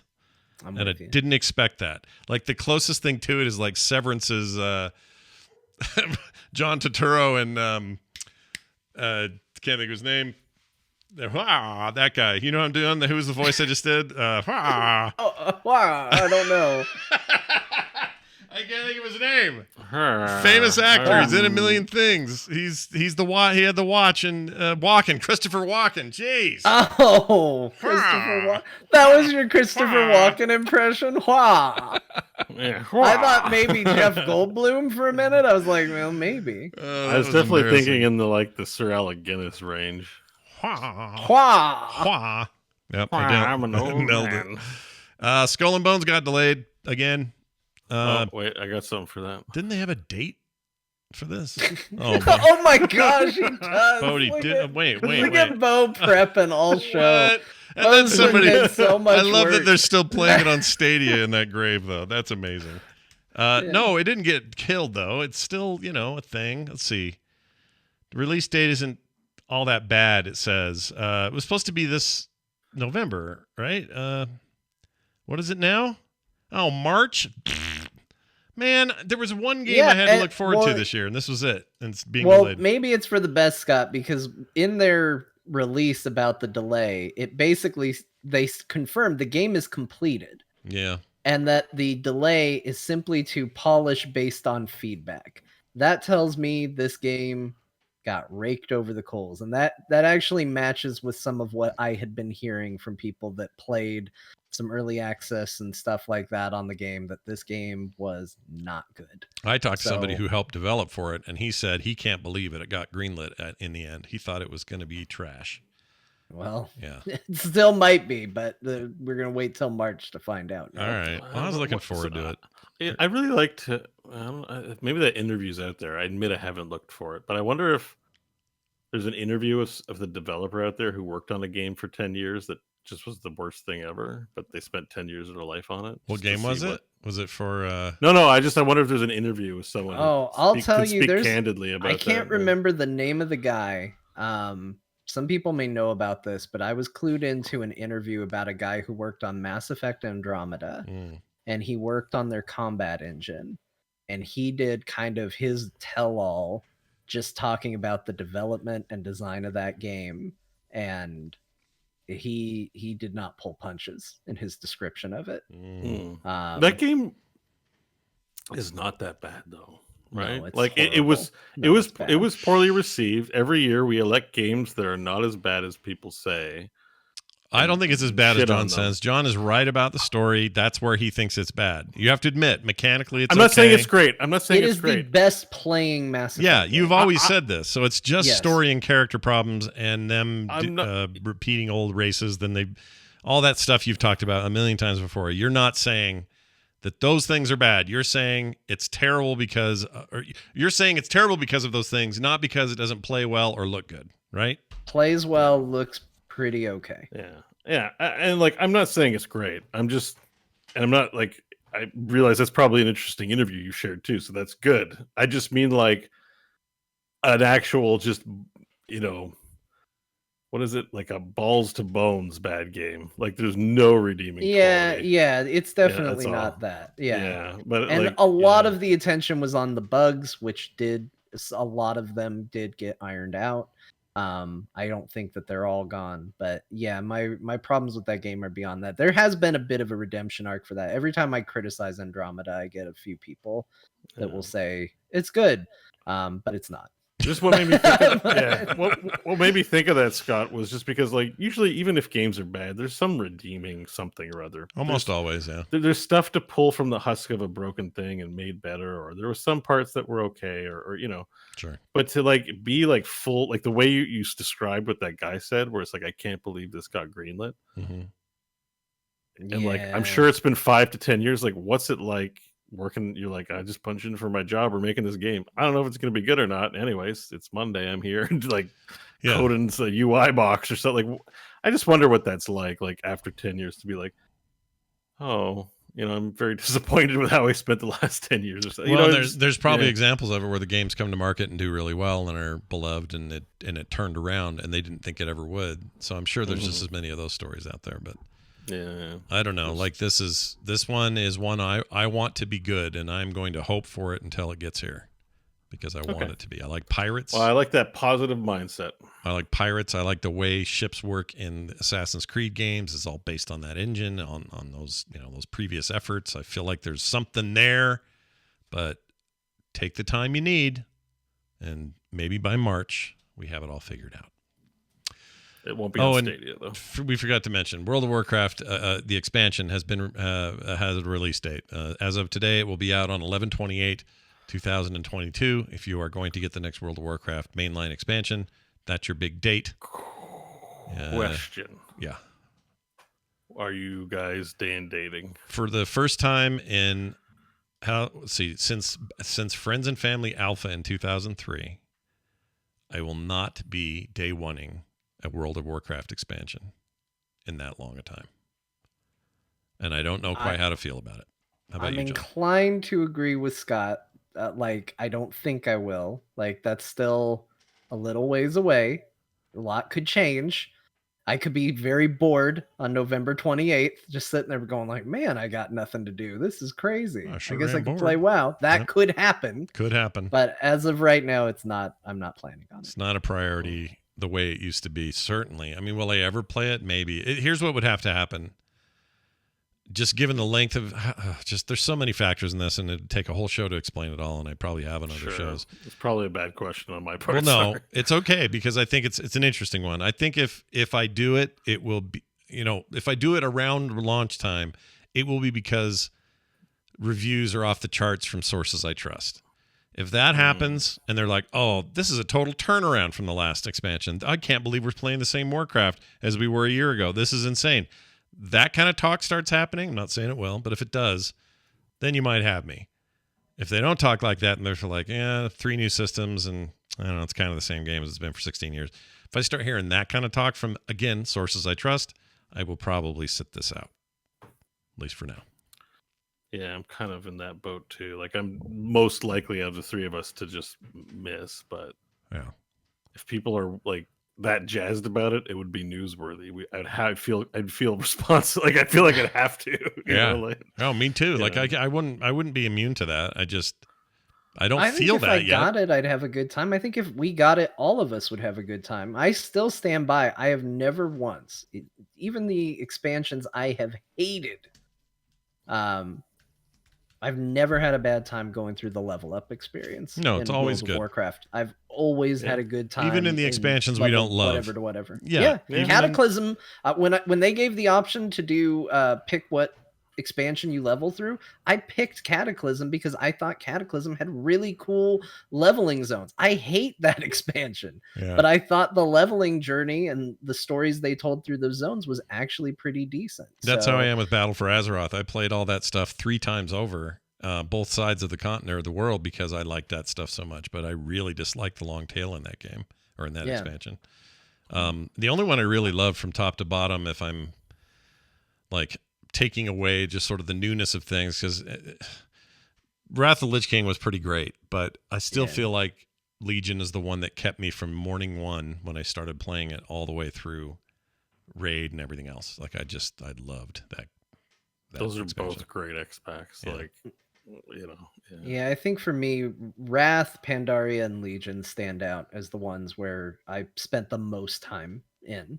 Yeah, I Pandaria think especially. every single one of them I had a fall off at some point. Yeah, but Pandaria was kind of in the middle because that was actually when we started raiding together, right? With Siege of Orgrimmar. Yeah, it's the first I learned how much you hate trash. That was it. That was the when you got to see me hide from the trash and got to see that that's not just the story I tell. I actually do it. Yep. Like listeners, this needs to be. I know you've talked about it on the show, but it needs to be emphasized because it was jaw dropping to me too that you have no sense of like, well, people are gonna kick me from the group. What are they gonna think of me? You will literally sit there and hide and not help in the trash. Yep. And it's fun. It's neat. Like everyone tolerates it, but like, bet your ass if I did it, I'd be out. Like I don't. Nah, I hated that guy anyway. At first, I just didn't participate in all the trash fights. Sometimes I just stand back with the healers, but then they started to notice, and I got called out for it. So then, after I got called out for not participating, I would hide from everybody. But then they started putting raid icons above me. So then, I found out that if I stood inside the corpse of the giant boss we just killed, they couldn't see the raid icon or your abilities to tell if So John was playing a very different game. It was a whole different game for him. I just hide inside the bodies of the bosses. Yeah, his encounter started after the wipe. So his encounter was, how can I hide from everybody while we're all warming up, eating food, and getting ready? Make everything slower? Like and also what were you doing? Were you watching TV? Good of a player. Yeah, I'd have Netflix on or something. So I'm like, imagine just sitting there not watching something else, and being like, I refuse to attack. Yeah, but like without a second monitor, that makes sense. You can watch TV. That's so. But the thing that I really enjoyed the most though was because I was a terrible person to raid with, because there was a fight in Pandaria called the Spoils of Pandaria where the whole thing was you had to open these boxes and you could open them at whatever pace you wanted, but the idea was you had to use moderation. You only open what you can handle, and you had to split into 2 groups for it. And Tetsemi was our group's leader, and we had Alakaz leading the other group. And I remember one time Alakaz was so mad at his group. It wasn't the group I was in, but he goes, listen to me, everybody. You understand this? Only the tanks open boxes. Do you get that? Only tanks open the boxes. I remember so this. I made it my life's mission to open as many boxes. I started opening boxes all the time. And the best part was because I wasn't on his side. I was on Tetsemi's side. Tet loved it.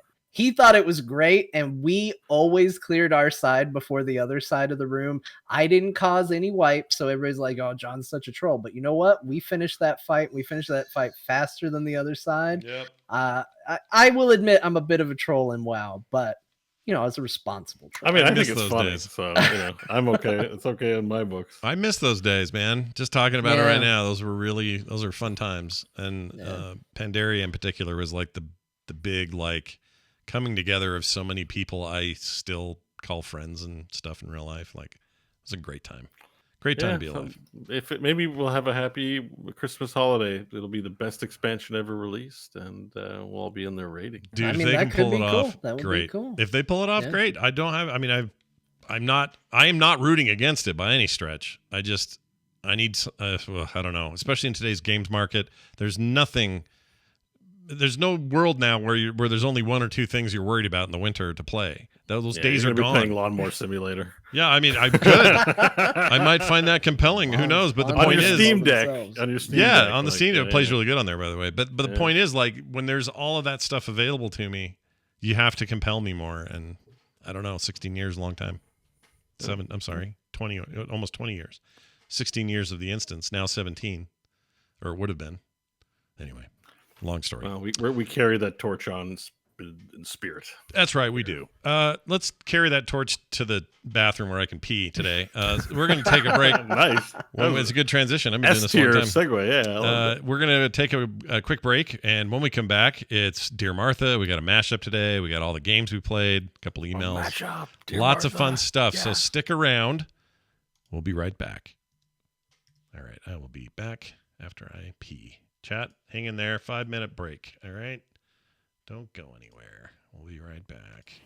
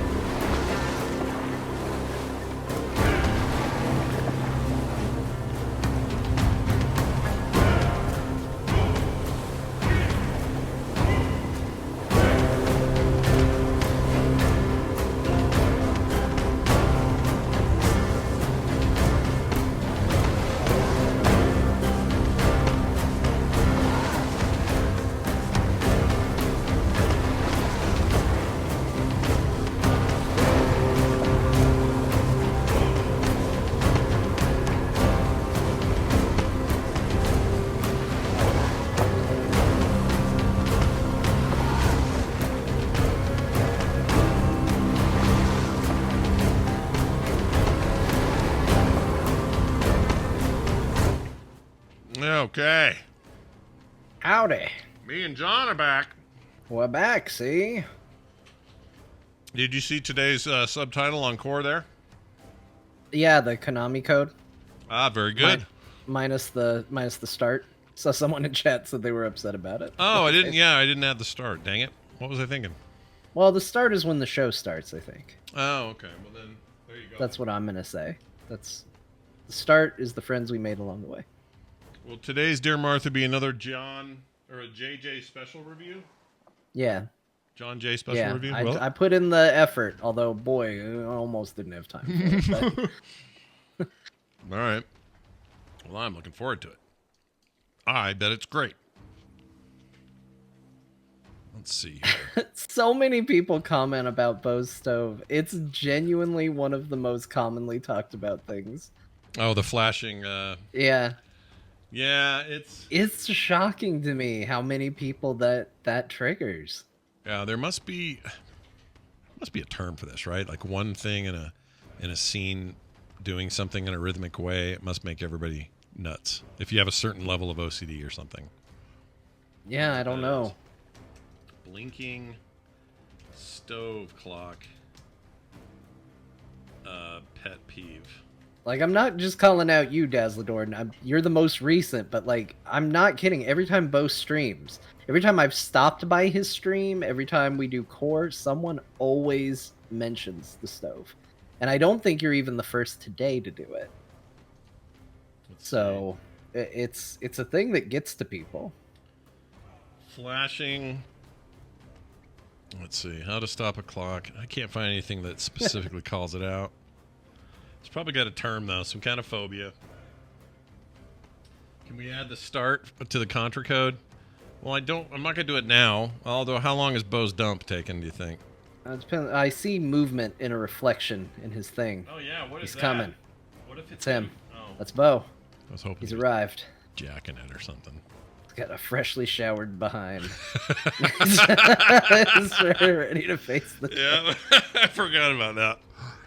All right, Beau is back. Look at that, you guys. Beau is back. We're back. All right, I didn't shower, so don't ask. The reason Scott was laughing right before you sat down was I said Beau's back. He is a freshly showered behind. I have made a grave career mistake because even in my stream, people are like, "Oh, did you shower?" You know, like they already have chair emojis. There's a lore to my chair because I get up and leave a lot, and Yep. now they can talk about what I'm doing in the bathroom, and I'm like, I don't think I should be fostering this kind of conversation. Well, look, you revealed the fantastic idea that you shower after, and I think people, I think they're just people responding. dig it. They're digging. They dig it. They like to dig. All right, we're back. Let me start this thing up. Here we go. We're back. All right. Hey, we're back, everybody, from our little break, and that means, boy, we got a bunch of other stuff to do. So we're going to dive right into this Dear Martha here. That John has prepared, and by popular demand, John, you did one of your special reviews again, like last week. Yeah. Right? Yep. Guy wrote it up, and it's going to be a review of the whole magazine, sort of. We got visual aids for those who are live and in the chat. Scott, I think you'll be able to use context clues to know when to switch to them. Okay, I will do my best. I mean, the first one is just to show what magazine it is, so actually there won't be I'll a show that clue now for then. So this is the 16-bit system Mega Drive review, which is best, and then it's the overall the 1990 video game buyer's guide. Is this the one? Yeah, you wouldn't know it. It's actually Electronic Gaming Monthly, but God, yeah. that cover. It's such a bad font use, color of these fonts. Just nothing blends right. This is some bullshit. This is real bad. But anyway, this is the issue we're going to talk about. John will do it in his traditional way. Enjoy. My dearest Martha, as I continue my jaunt through time, I write to you with another gem of a magazine. This one being Electronic Gaming Monthly, issue 5, from December 1989. Or, as it advertises on the cover, the 1990 Video Game Buyer's Guide. The magazine featured the very modern trope of awarding best ofs for the year that was. Ghouls and Ghosts got the top nod, Ninja Gaiden won for Best Nintendo Game, Wonder Boy 3 won for Best Sega Game, and something called The Legendary Axe won for Best TurboGrafx Game. But as I am a time traveler and not an old, I have no idea what that is. Perhaps my favorite award was Tetris winning Most Exciting New Theme in a Game, which I assumed was for the very catchy dun dun dun dun dun dun dun dun dun dun dun dun dun dun Hey, Tetris music. But reading the text for the award, I think they might have meant genre. Either way, buckle up because it's going to stick around for a very long time. A little thing that bugged me, though, through the entire magazine was that they talked a lot about Ninja Gaiden, but made Gaiden 2 words, Guy and Dead.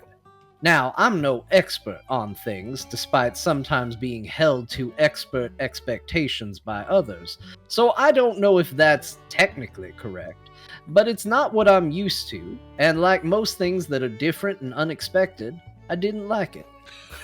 Considering they called this issue the Buyer's Guide, you might have suspected a little more recommendations on how to spend your money. But really, it seems like mostly a title to explain the issue is 90% previews of upcoming games. They do give a little insider advice that maybe the Sega Master System is on the way out in light of the Genesis, and that the NES is still going strong. They are maybe a little less accurate with their hype for the TurboGrafx 16, Atari Lynx, and Atari 7800 previews. Now, every letter I do like to select a favorite advertisement, and Martha, I just couldn't pick. Do I go with the River City Ransom ad that might be the most boring ad I've ever seen? Do I go with the ad for a contest that is being sponsored by a game company featuring the worst Alien knockoff I've ever seen? No. As good or as bad as these are, I have to give the nod to the ad for Joysticks by Bishu. It's an ad for controllers that somehow makes me feel like I've just walked into a sex shop and learned what a lot of people might be into. oh my I'm God. honestly at a loss for words describing it. Basically, it's just a bunch of controllers, but they're labeled with names like Hot Stuff, the Zinger, the Zoomer, Jazz Stick, or the Remote Ultimate Super Stick. They even included a bogus player's seal of approval to make it all seem extra sketchy. That's all for this one, though. 1989, what a year. Things were just about to kick off in some really incredible ways. Forever yours, in the past, future, and present, S. Beckett, 89. That's good. S. Beckett. See, we did it again. Another reference to everyone's favorite time travel. These are great, dude. You got to do these every time. I know it's work, but I love them. They're so good. That was very good. Yeah, and these And sex great toys. finding. Like, look, this what is this Bishu? Like, how many the font, the usage of fonts should be a crime. They should be in jail for. Do you There's, see like, what I mean, though? Comic Looking at this Sans. ad for the... It looks like I'm looking at somebody's shelf that I shouldn't be seeing. Like, it made me immediately uncomfortable. Oh, yeah, no. God's focused on the alien, Yeah, though. the He aliens- wants to talk about the alien. Speaking of phallic rubber things, that alien head, I don't know. But this, yeah, no, my first glance at this, there's too much pink and, How does the Zoomer have slow motion? How does that tech it's work? probably one of those hacked. They used to have controllers that would do this. The ones that would do turbo and then also slow down the game. Oh, okay. It was always a little. I mean, the emulators do it now, but yeah, back in the day. Yeah, I've had the auto fire ones, but I didn't realize they had hacky game ones. This one called Hot Stuff. I don't know about that one, dude. That's freaking me out. I don't like it. Hot stuff. Yeah. Well, you're, Auto fire. Auto fire, left and right. And Yep. play. Beau and I both saw it at Yeah. the same time. that's pretty The great. text is very. It's important. It's Sensual. required. Yeah. Well done. I loved it as usual. Now let's talk about the games we played.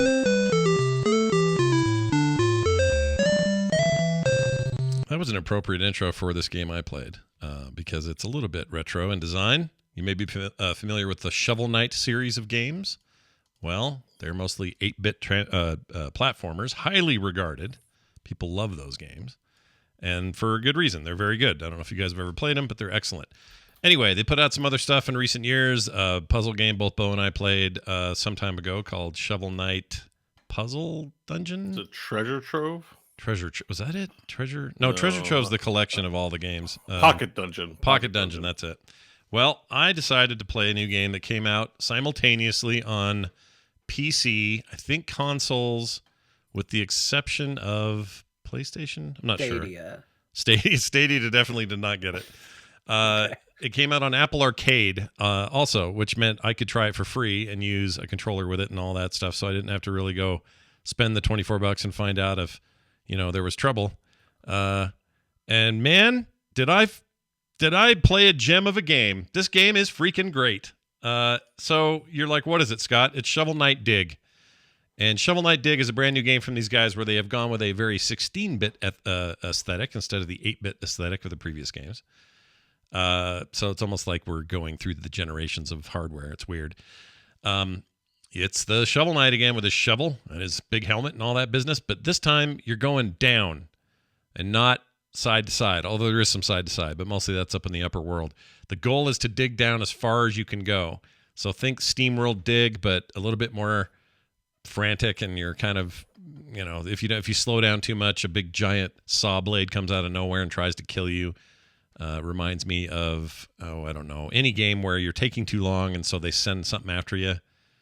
I can't think of any offhand, but there's other games like that. Anyway, you go down with your shovel, and it's different every time. It's a roguelike, which is the first of these for these guys, even though the treasure game had some of those elements. But you're literally digging through dirt and rock and stone and eventually other stuff, depending on what weapons you get or upgrade you get.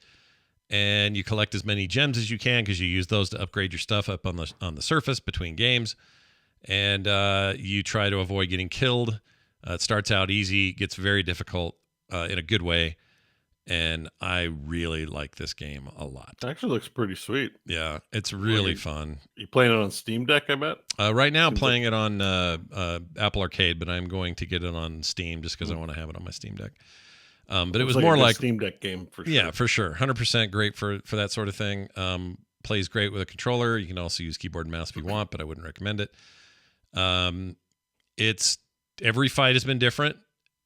Tons of secrets, weird stuff opens up for you if you're just sort of paying attention or whatever. Puzzly elements that are sometimes punctuated with a timer. So if you don't hurry up and do it, you're going to miss out on some fat loot or whatever. There's lots of hidden zones and areas and keys to open and ways to get chests. He just, in this video I'm showing right now, just picked up a key and he's about to go use that key. And for some reason he's not. Anyway, whoever's playing this is taking his sweet time. But there's all these things happening and they're not showing it yet because he's not far enough in. But if you hang around and goof off too much with whatever's there, that giant saw blade will come and it's really scary. I don't like it. It freaks me out. This guy doesn't know what he's doing. It's driving me crazy. Anyway, the point is, it's great. Lots of one more time, just noobs on the screen here. What's going on? Lots of just one more time kind of vibes. Like you just want to keep going, even if you die. You're like, oh, that was so fun. I'm going to go do it again. Those are rare for me these days. Feels like it has a few tricks that other roguelikes haven't figured it out. I like the aesthetic. I like the look of it. I like the music. I like everything about it. So get it. This is real good. Shovel Knight Dig. If you've got an iPhone with a backbone controller, it's perfect for that. Like perfect for that. If you have a Steam Deck, great for that. Great on PC. Very cool game. So there's that one. I played that.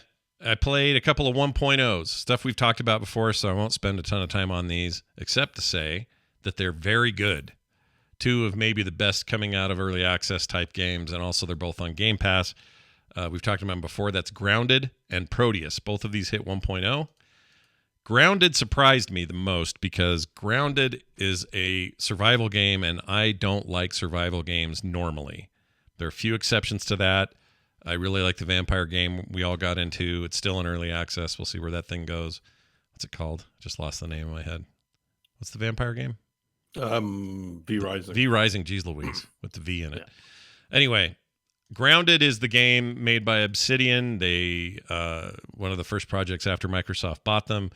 You're shrunk down. You're a bunch of kids, and you're shrunk down in the backyard. Honey, I Shrunk the Kids, the video game. Kind of, right? yeah. Except there's no annoying parents with you, which is kind of nice. You're kind of on your own, although you can play with friends. and it's got a very kind of Stranger Things like vibe. The music, it's set in the 80s or late 80s, early 90s, and you explore the backyard trying to figure out what you're going to do. You got to beat some spiders. You got to try to build a base. You got to craft all sorts of stuff. And that game just turned out so good. It's so good, you guys. I want to play Grounded right now. I love playing Grounded, and I don't like survival games, so I don't know what that should tell you, but they kind of hit all my buttons. And maybe one of them is that because I know it's going to be a ton of fun with people, it's still very playable on your own. Do they host the servers, or do you got to get your own server? It's all hosted. Well, that's a good question. I don't know if you can do anything special on hosting. I mean, it's on Xbox and PC. Like if you do multiplayer, is it like a persistent world? You got to get a host, or? I don't think so. I think the way it works is you do. That's a great question. I don't know how the save. I haven't played with anybody else, so I don't know how the saves work. It might be always online. Like, 'cause I think this is Rare. Isn't Rare involved in this? No, it's Yeah. not. Is it Rare? I thought it was Rare. No, it's Obsidian, but I don't know if Rare had something to do with it. Do they have something Yeah, to I'm do with seeing Obsidian and publisher Xbox. Why Maybe did that was I a mistake. think it was made. Rare. it? I don't know. I'm with you, Beau. You said that. I was like, yeah, I absolutely. thought Rare was involved in this. No, as far as I know, they're not. But it wouldn't be it's kind of an apt thing to assume because it plays like a Rare game. It's hard to explain why or what I mean by that. But it has. I thought it was their follow up to Sea of Thieves, but yeah, I'm not. Yeah, I'm kind of shocked. I thought maybe they were involved initially. Yeah, they might have had some hand in it. I don't know. They're all owned by the same people. Who knows? Maybe they go to lunch together. I have no idea what they do. But it's very good. The illusion of feeling like you have been shrunk and you're in a yard and you're as big as a bug and you have all the dangers that entails is really, really well done here. Like, it feels like that's where you are. The blades of grass that you're chopping down feel formidable and big when normally something like that shouldn't feel so big. And things you would never think of as dangerous in your yard are scary as crap. I leave all the options on for all the full spider business, so I don't have any problem with that. But these spiders are scary as shit. If you don't like spiders, this game is... Yeah, that's the one thing about this game where I'm like... I got kind of traumatized by Skyrim VR, I'm not going to lie. Well, you can turn these spiders into, like, blobs of light. Like, you can... The first thing the game does when you boot it up, it says, hey, we have some accessibility options. How would you like to turn spiders into less of a scary looking thing? And they let you do it like right away without even playing the game. You can change the spider types. I just left them in, but the first time I ran into a wolf spider, they don't just look scary, move scary, and act scary and kill you right away. They also make sound when they're just being idle. Like, there'll be a wolf spider under a milk carton in some part of the yard, and I'll know it's around there because I can hear it going like this horrible breathing. Dude, these spiders spiders like sit still until they're ready to attack, right? So, yeah. So you don't even know you're on one until you're on one. Some of them are out working and stuff, but the first one that killed me was a wolf spider. It scared the living shit out of me. But it's pretty generous with, like, you respawn back at your little base or your tent or whatever you've set up to be your spawn point. You corpse run to get your inventory that you had. With the exception of any tools you had on you, those stay with you. But anything in your bag gets left in a backpack.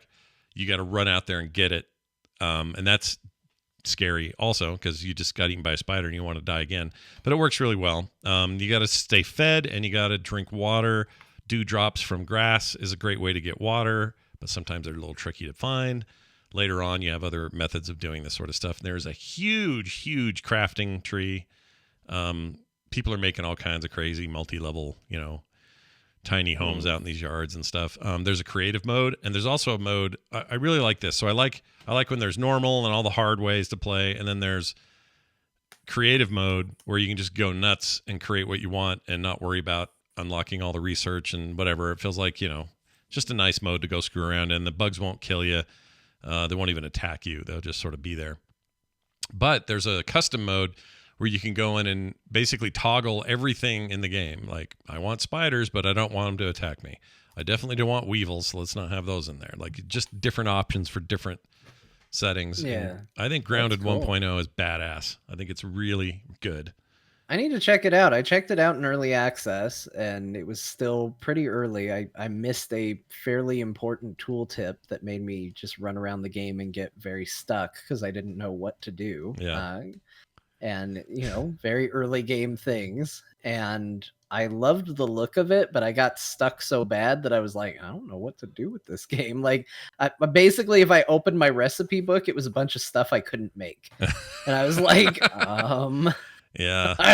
I can't make anything. I've made everything I can, and none of this is leading to new discoveries, and so I just quit the game. But I had fun with what I played, and I loved the look of it. Yeah, the look's really neat. You'll also see, I don't know how much of this was in the early access because I didn't play it, but there's a ton of story. It feels like an Obsidian game, in particular if you played their Outer Worlds game, which plays a lot like Fallout New Vegas, very similar RPG. There's moments in this game where you're like, oh my gosh, I feel like I'm playing one of those. And it just, you can feel the Obsidian game style in lots of that stuff, and it's usually the moments where you find a base which is it's shrunk like you are, but it's a normal place, which is really weird. You just run through a bunch of acorns, dodge some bees getting in there, giant leaves, and stuff like that. But as soon as you get into this base, it's like everything's normal size. There's a coffee cup and a mug and a whatever, because that also was shrunk. And in there's lots of story. I run into that robot that you heard at the top of the show. This guy. I am Burgle. Burgle's a hoot. Burgle. You got to do some shit for Burgle. And there's a bunch of systems like scanning elements you found, and then it tells you what they're good for, and that unlocks blueprints, which means you can craft more stuff. I don't like survival games, but I really like Grounded. So worth checking out, everybody. The other game I played that hit 1.0 this week was Prodeus, which I think at least Beau and I have played before. John, I can't remember if you Prodeus. That's tried great. it. Prodeus is awesome, and it hit 1.0 this week. And Prodeus, I am happy to say, just did nothing but get better in the time it took to come out. I have one complaint about it, which I'll get to in a second, and it's not even their fault, but I'll get to that in a second. This is one of the most fun, fluid, best-feeling gun in your hands shooters I've ever played. And I include like the newer Dooms. I include everything in that. These guns feel so good. And it's hard to explain what this is, but basically their description on their Steam page says it really well. So I'm going to find it real quick. Hold on. Yeah, while you look for that, I just will chime in and say you may look at gameplay footage of it and be like, well, it's Doom. It doesn't do it justice how it feels to play with the guns. It's nothing like Doom. It's like, really not. You have full aiming. Like Doom is very like locked vertically, right? Like it's old right. game. You didn't have any up or down or even mouse control back then. You just that's right. Yeah, this has modern competency when it comes to the shooting. It's really good. Yeah, and the weapons have alt fires and all that kind of stuff. Lighting, the environment stuff, the effects of the environment and lighting is really good. Level design's great too. Oh yeah, the level design is like intimidating and then ingenious. It's like, I don't know how I'm going to get out of this place, and then you realize, oh no, this is like, I get it. I shoot this first, kill that guy, and then that ran over him. Now I can get in that hole. Like a lot of really like Eureka style moments in it, which I really appreciated. Okay, here's the description. I like how they describe it. It says, come on, open up. There we go. Prodeus is a first-person shooter of old, reimagined using modern rendering techniques and technology. Experience the quality you'd expect from a modern AAA game designed with retro aesthetics and gameplay that invoke tech-imposed limits of older hardware. I couldn't have put it better. That's really the feeling of it. Yeah, and I love it. That's a good way of putting it. Absolutely love this game. This is the one that I probably spent the most single sitting time with, and I played it on PC, Xbox, and Game Pass. Or sorry, xCloud, and it played great on all of them. Controller support is exceptionally good. Even if you're thinking, man, I could only play it on a PC. I understand. But if you had to play it on a console or even on a controller on a PC, you'd do just fine.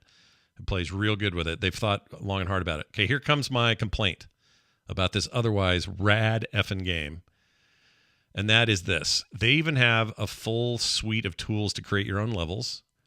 And like, oh, wow. Yeah, and it's built in. Cool. So like, I don't know, Little Big Planet, they have a whole like discoverability zone where everyone's uploaded their maps. You can go play everybody's campaigns, a remake of Half-Life 1 or whatever they're doing.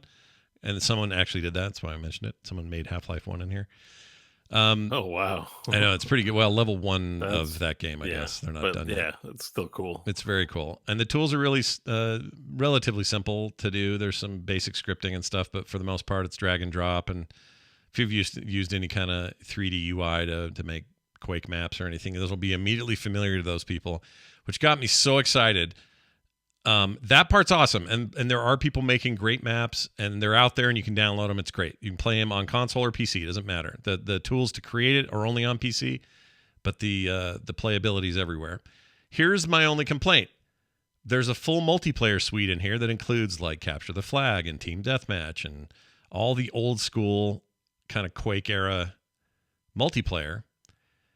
And I don't think enough people know that damn mode is even in there. And it's really hard to get people in there. Like, this game's getting like, it's like an indie darling. Everybody out there's raving about it. Overwhelmingly positive reviews on Steam and everywhere else. Everyone loves it. But not enough players know about that multiplayer because I waited for an eternity to play with somebody and I never got in. And the multiplayer looks like a blast. So more people, please, is what I'm saying. That's all I'm saying. And I stand by Stop playing Warzone. Play Prodeus multiplayer. Yeah, come play Prodeus multiplayer, a game you've never heard of. But, that's part of the problem today. Is these smaller games just don't get the notice.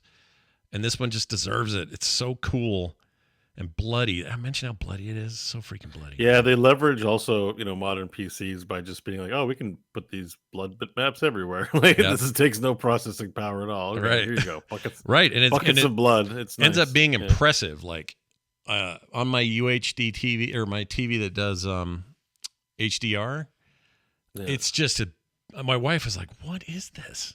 I'm like, she goes, "Is this Doom?" I go, "No." She goes, "Yeah, I didn't think so. This looks too good to be Dune." And at the same time, it's got Dune qualities. The music. At the same time, it's hard to say it looks good from a certain perspective because you're like, well, it's pixelated, right? Yeah, right. Yeah. But they've done it in such a deliberate way that once you get a taste for it, you're like, oh, this is kind of how I want all games to look. It's weird. It's a very weird aesthetic. It's got a style that's just like insane. Like it's not that it is the best graphics. It's just that it's perfect. It fits the aesthetic perfectly. It really does. And they don't overdo the modern stuff to the point that it feels separate. It feels right. It's really hard to explain. It would be weirder to go back and play Dune now. Because now this is kind of what I want out of Dune, and then when I go back to Dune, it's like, oh no, this is old, and this is how things were, and it's pretty stiff, and it's not that great. So anyway, the enemy designs are really cool. The environmental stuff is awesome. I can't recommend this game enough if you have a taste for the old shooters, and I wish more people are doing multiplayer. I really do, and I kind of want to make a map. I don't know if I will, but I kind of want to.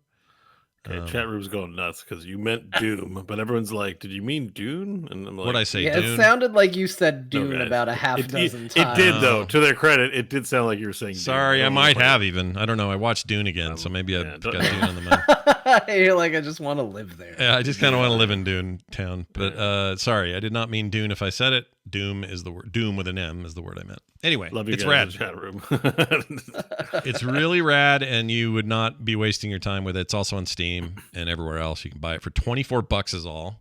That's the other thing. I think it's a steal. Got a full campaign, all these other tools. It's just. It's it has lighting. Another thing Doom kind of didn't really have, like lighting effects when you shoot your guns and stuff. Yeah. I don't know if any of it's actually ray trace stuff, but it might be. I don't think there's RTX, but it's just even that things produce the projectiles and such produce light and stuff. It's not really a thing in Doom. Yeah, and you got specular highlighting on the blood smears, and it's just it's a weird mix of old and new in a way that I was not expecting. And I know there's a lot of like, hey, we made an old arena shooter that plays like Doom or Quake. No, not like this. This is cooler than those. I'm sorry. It's just true. I know there's like 50 of those, and they all have some good stuff to say about them. But I've yet to play one as cool as this. And also the metal electronica soundtrack is heart pumping amazing. A lot of the enemies. Oh, the soundtrack's pretty good. A lot of the enemies also have. It's like they're templated off Doom enemies. Like the guys that rush you down, like don't look like the pinkies, right? But you're like, those are the pinky guys. Like they have horns and they look tall, but it's Yep. Like everything's kind of an analog, so you're also getting a genre. Like there's some familiarity to it as well. Yeah, you've opened a portal to hell, and some of them are like demons that throw fireballs at you, and you'll immediately go, "Oh, it's like the Doom guys." Yeah, for sure. Yeah. It's really good. Can't good. recommend Good it game. enough. You guys love it. Okay, and then the only other one I wanted to mention, if you're looking for a good indie that is currently in indie or in early access and very good on the Steam Deck, here are your other caveats. If you like Asteroids, do you guys like Asteroids? Are you a fan of the old Asteroids games? Play those much? I mean, yeah, I wouldn't say fan, but I respect it. All right. Yeah. It's historical value. Yeah. Yeah, has a lot of historical value. That's true. I played that a lot when I was a kid. Love that game. Roguelikes, we like our fair share of roguelikes around here. There's some good ones out there.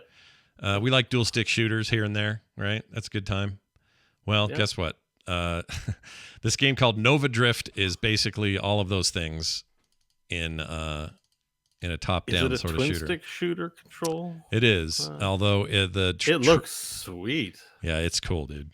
I'm gonna pull it up so I can show the chat. Yeah, so chat. Yeah, sorry to get ahead. I just was That's another one with looking like up in Steam. I was like, I like these space color, like super color light games. You know, I like that kind of thing. Same. Even in this this screen I'm showing right now, he's actually shooting asteroids. This is kind of hilarious. You don't normally shoot them.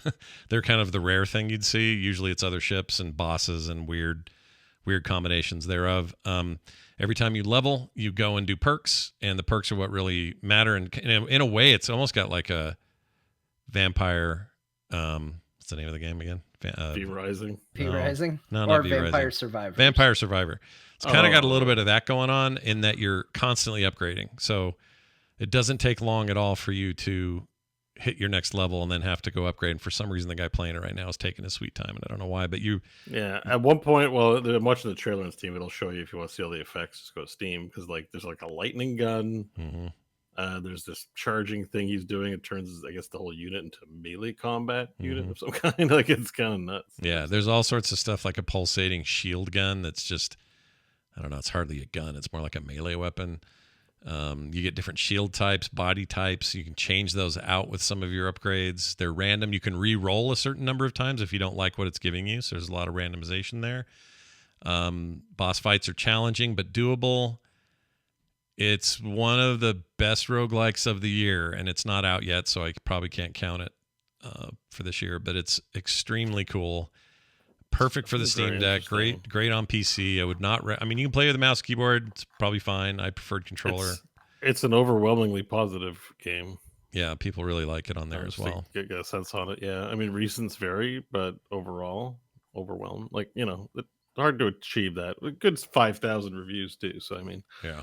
or 7,000. Sorry, reviews. Yeah, and it's not super expensive. I want to say it's $13, $15 maybe.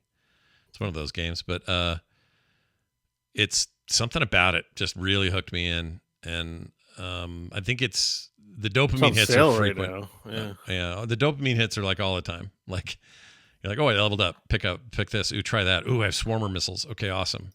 Okay, ooh, next dopamine hit is this whole wave of bosses. Okay, I got to beat them. If I do that, I'll level up twice. Okay, sweet. Now I've unlocked. They have that going on in spades, and it's. Right, I'm gonna buy this one. It's rad, you guys. It's only $8 Canadian right now. Like I'll just buy it. If you're looking for a thing that you just want to zone out to kind of and get a rhythm going, this is one of those. I should probably buy Prodeus too, but I don't want to spend that much money. I have tons of games to play. But $8. I played $8 done. Played the living shit out of this game. It's great. All right, there's my games this week, everybody. No new chore cores this week, but don't worry, I'm sure those will show up. I got the food truck simulator. I got to fire that one up. Oh man, there you go. Yeah, there's the future. Next week, John, Final Fantasy 9. You had to play through it again. Are you back to where you were? Where are you now? I am. I thought I'd give an update to that because I mentioned to you, everybody had a lot of really nice tips to try and help save me the effort, and I remembered saying, "Hey, I'm close enough that I appreciate it." After the show on Friday, I got caught up. So I was back to where I was, and then so far this week, I've been streaming it and getting even further. I am darn near done with that game. Probably going to finish it. If not this week, probably early next week. And remind me, you going to go to 10 after this or no? Yeah, that's the plan. I can't wait to see 10. So I don't know if I'm gonna mod it. I think the re-release of 10 was actually pretty decent looking and pretty solid, so I don't think I'm gonna have to do any mods for it, but we'll see.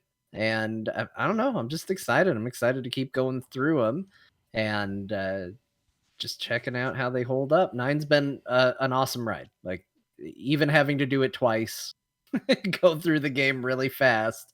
It's been fun. It didn't bother me much doing it. Nice.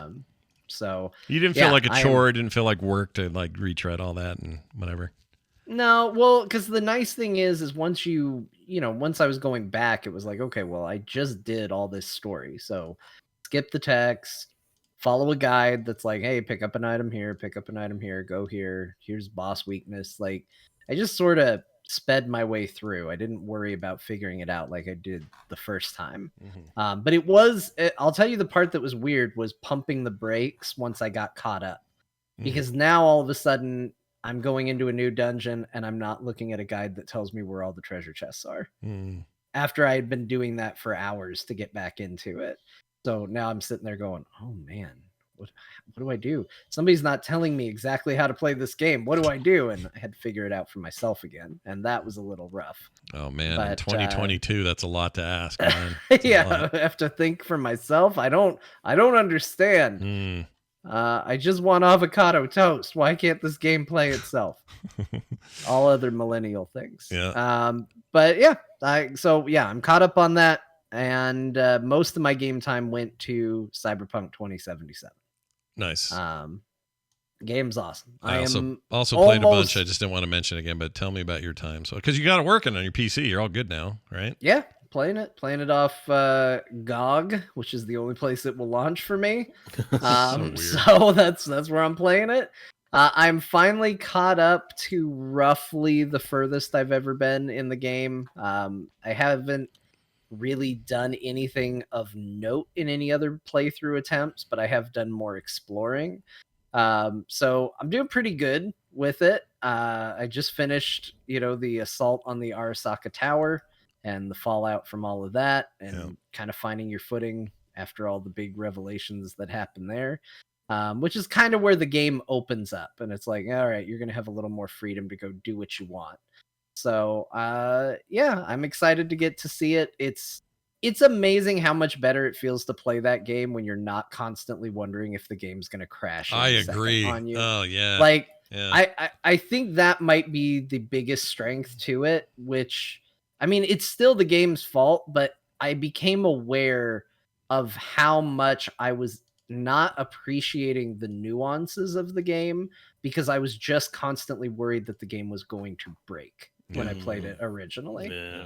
And it can be such a distraction when you go into a room and all of a sudden everything starts stuttering and jittering and you're just like, this game's going to break. So you're not sitting there thinking about reading what's on the screen or checking out reading stuff you picked up or thinking about items and builds. You're just like, oh God, hold together. Like that's what you're thinking the entire time. So I think that has been the biggest change for me, was not having to worry about it from a technical level. Now it's still full of weird shit. Like it is still an open world game. I went out of a building. Somebody had crashed their car onto a sidewalk. People kept walking into that car and folding over like accordions every time they bumped into it. But that's the kind of stuff that you just sort of laugh at and go, that's okay. I think the closest to a weird, like bad glitch that I had was, for whatever reason, the game just decided to go ape shit with crowd density right outside my apartment.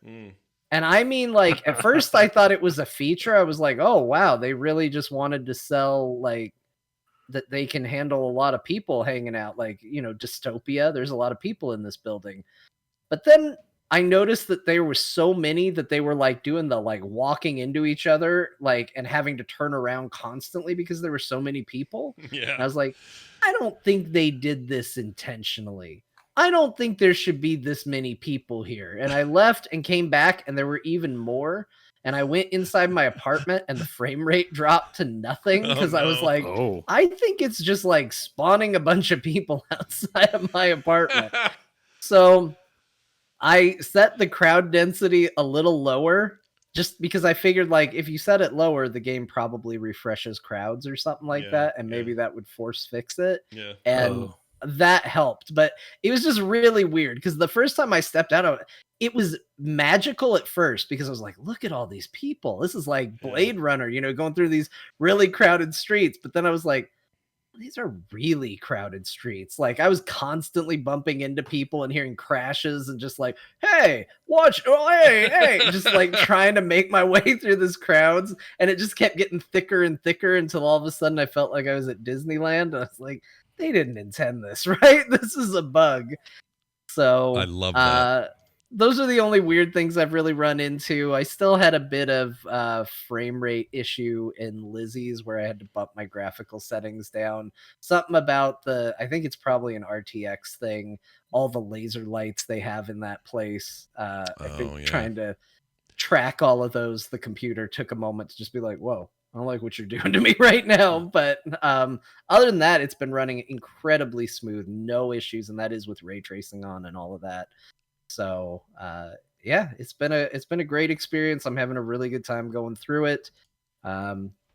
Just every day say a prayer of thanks to that anime. Yeah, really that anime saved got everybody their game. back. Yep. Saved your bacon So game. how far are you now? Like MSQ style? What's the last thing you did? I have a meeting with a dude at a diner right after I found out about the resident in my head. Takahouchi, whatever his name is. Takahouchi. What's his name? The guy with the metal. The guy I'm looking at right now. Takahouchi's. It's like the little pets you take care of. Takahouchi. He's got the metal neck, like all the implants on his Takamura. neck. Takamura. Not Takahouchi. I like Takahouchi though. Takahouchi. Okay, yeah, I love that diner scene. It's good. Oh, I do too. I like when he yells at the guy that runs the place because the TV's too quiet, or he changes channels or something. He just loses it. The only character I haven't enjoyed being around, I honestly, in the game, is the Pan Am lady. She drives me a little nuts because she's. Oh, you don't like Pan Am? Here's what she does. She does this. She'll be like, and I just finished a bunch of stuff with her, so I'm past her right now. You're Team Judy, probably. Oh, I love Judy. Freaking Judy and I. I mean, Judy's the best. But Pan Am is like, she has weird personality disorders. So what I mean by that is we'll be out getting a job done, and she'll go, careful now. She'll go, hey V, how you doing? I'll say, oh, I'm doing okay. And then the option will be to say, ask her how she's doing. And you click it and she'll go from how you doing to, we need to get going. If we don't do this now, we're going to freaking die. And then the next bit of dialogue is, I love the night out here outside the city. You can see she's just really split personality out there. So I have noticed that this is something that occurs in Cyberpunk. Like, part of the freedom that they give you is that sometimes you encounter lines not in the order that you should have gotten them. Mm-hmm. So, for example, this is still very early in the game, so I think it's fine to talk about the Arasaka Tower heist mission. Yeah. Mm-hmm. They have you do a brain scan, you see the room, and one of the things you can notate is that there's a very nice handgun on the nightstand in the bedroom. Yeah. And when you go in, the game directs you to focus on looking for the safe and all of that. But I went right to the bedroom and picked up the handgun, which the game, in their logic, was like, okay, they'll probably get this when things are popping off later, because that scene gets very tense later on. But right then, nothing's gone wrong yet. So everybody's just like, okay, V, let's find the safe. Let's do the thing. And then I grabbed the gun and V was like, I found a pistol! Like, very freaked out and like very hyped and high energy. And I was like, damn, we are just looking for a safe right now, V. We're good. Yeah. It's fine. Yeah. You do not have to yell this at everybody. It does happen in the game. It's not like unusual. For whatever, it just feels like Pan Am does that a lot. But everyone, including yourself, you all have these moments where you're like popping off for no reason. You're like, well, wait a minute, dude. You were just fine a second ago. And it's fine. You know what? Who else does that? All the Elder Scrolls games did that. It'd be like, hi, welcome to our tavern. Hello. You stole some shit from us last week. I'm going to kill you. You know, I'm curious how you're going to react to Carrie. Carrie, maybe I've run into her. Tell Carrie me. Eurodyne. You do run into him because he's a pal of Johnny Silverhand. So he's in a flashback you would have definitely played by now, but very briefly. You probably weren't introduced to him. See the one that was mad at me saying I was ruining the band, and he was. Okay.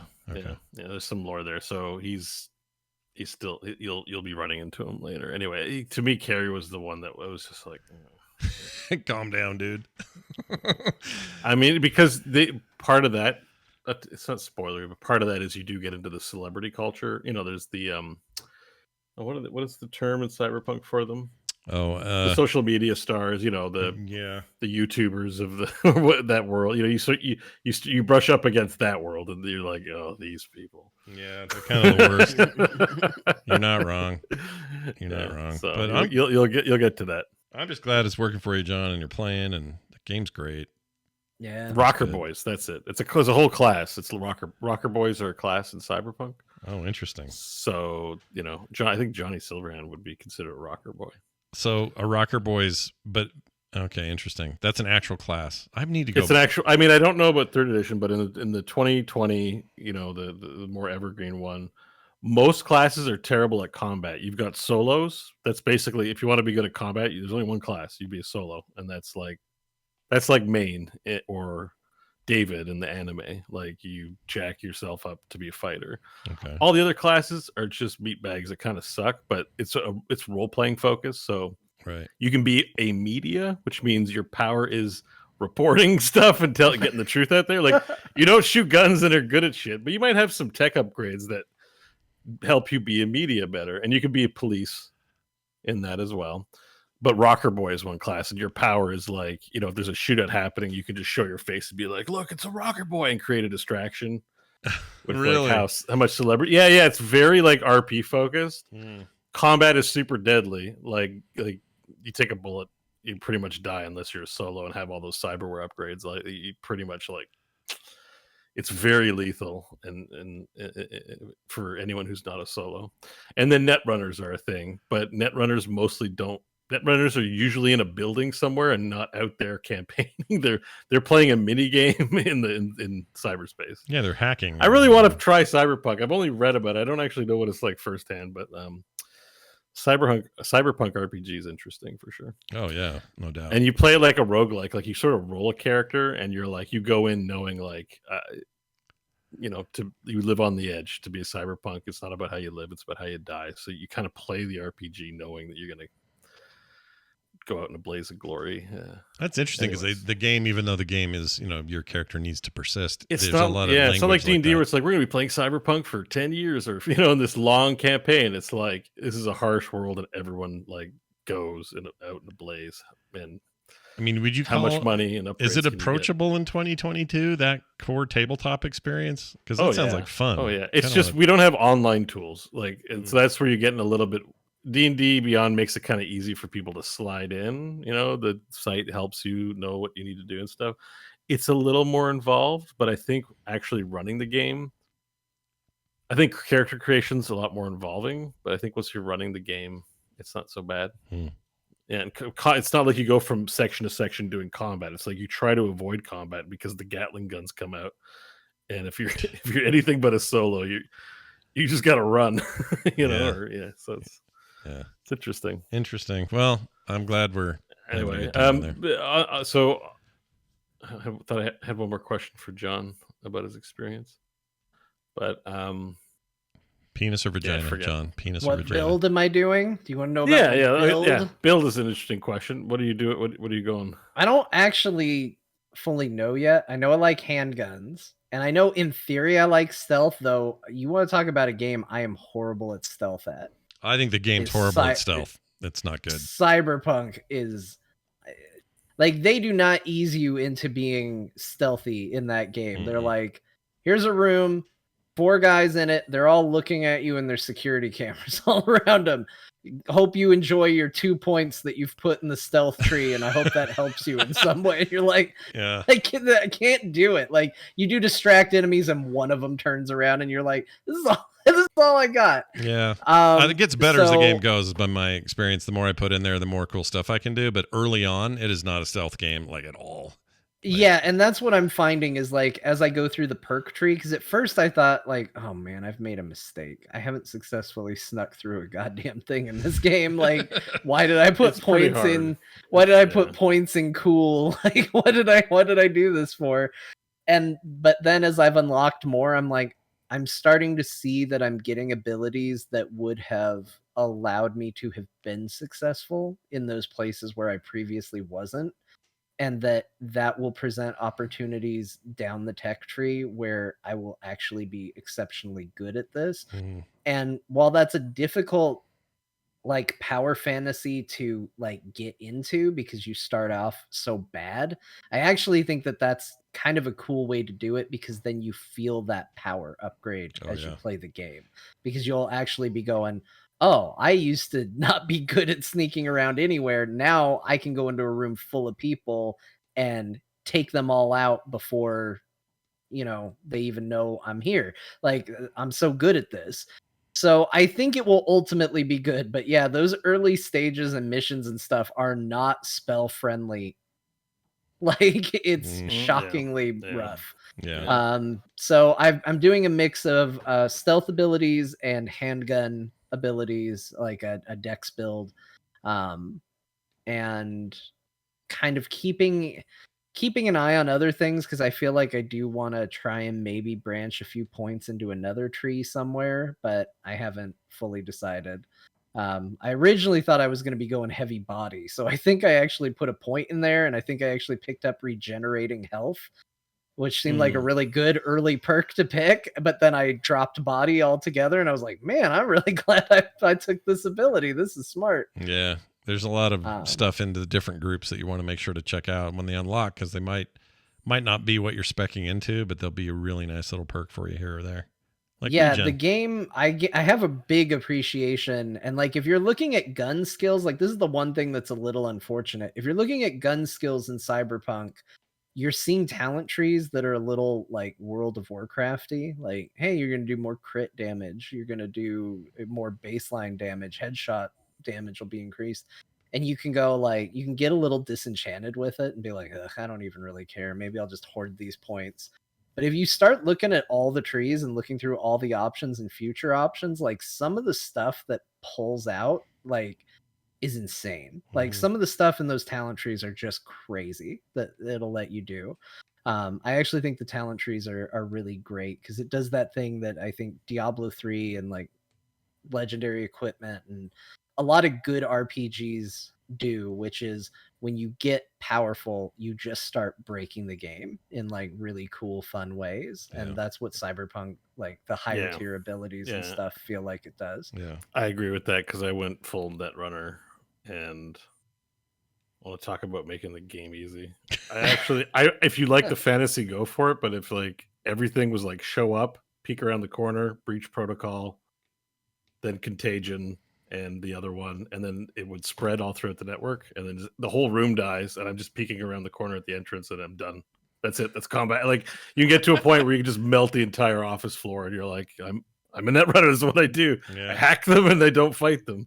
Yeah. So yeah, It's but pretty cool. like to your point, like you could say maybe that's boring, but at the same time, that's a power fantasy, and it's well done. They fulfill it. Yeah. I like that about the game too so far. I'm kind of spread all over with points. I haven't really, I mean, I'm picking stuff I think is cool and complimentary and that helps me and does, what I want it to do, but I'm definitely not like I haven't been maxed anything like at all. Yeah, but they let you buy out of it. Just and don't take the swimming perk if it's still in the game. I think it's in there, but I'm not taking it.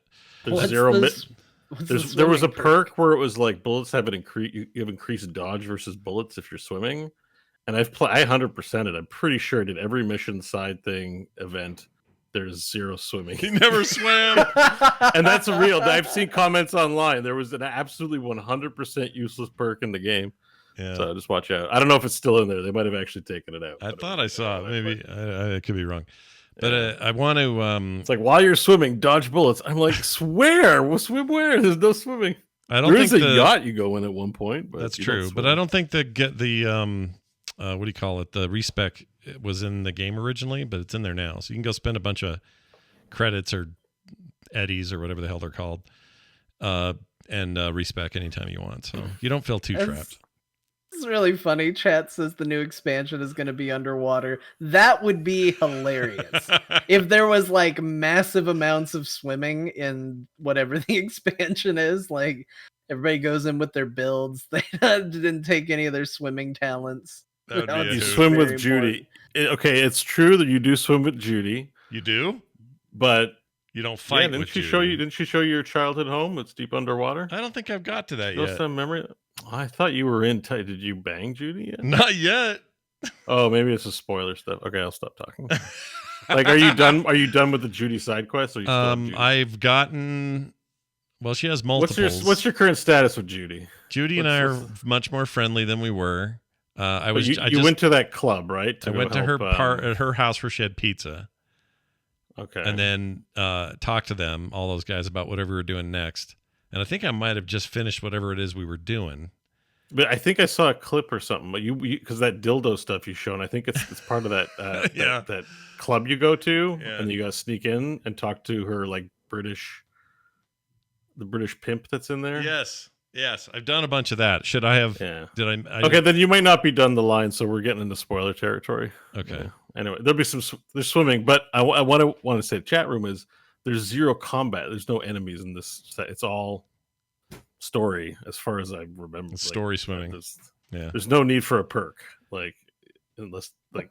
Yeah. Pull out a gun, shoot Judy while she's swimming. Well, Judy and I we definitely have a future. I just have not fully explored it, so we will see how things go. Okay, sorry. Well, there'll be swimming. I don't think it spoils much, but there's a swimming section. So. All right, now the big thing that feels like we've been sitting on the headline for a bit here. John got his Steam. Well, Deck. I like to do my what we played in reverse order. I like to lead up to the big stuff. Oh, okay, good. Well, John got a Steam Deck, you guys. How exciting is that? That's really exciting. I got a Steam Deck. It came today. Congratulations. It showed up today in the mail. Yeah. Nice. And so I don't have it. I put it at the top or the bottom, however you want to look at it, as the big thing, but I actually haven't played it very much. Well, you just got it. Who could blame you? Because it got here and then the baby woke up, and that was the end of my Steam Deck time. Besides a quick bathroom stop before the show. Sure.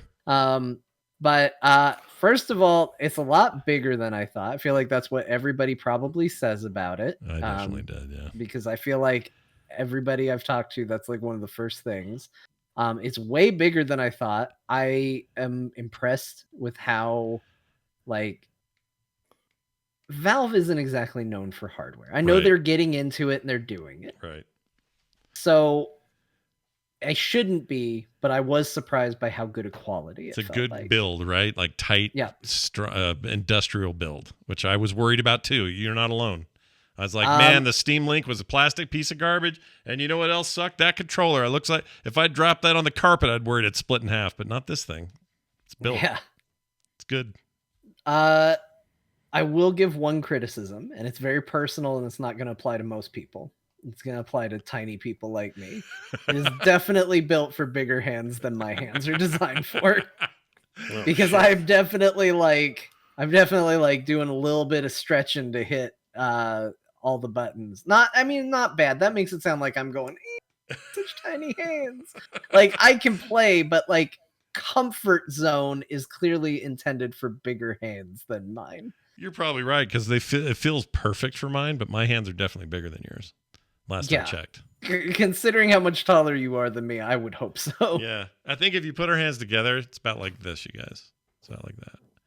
Yeah. Yeah. Yeah. Which is, again, I think they've done a pretty good job of making it work for most, but if they, this is a little like I am shorter than average. So Yeah. I think most people are going to have a good time with it. Yeah. I don't feel like it's not terrible. I feel close.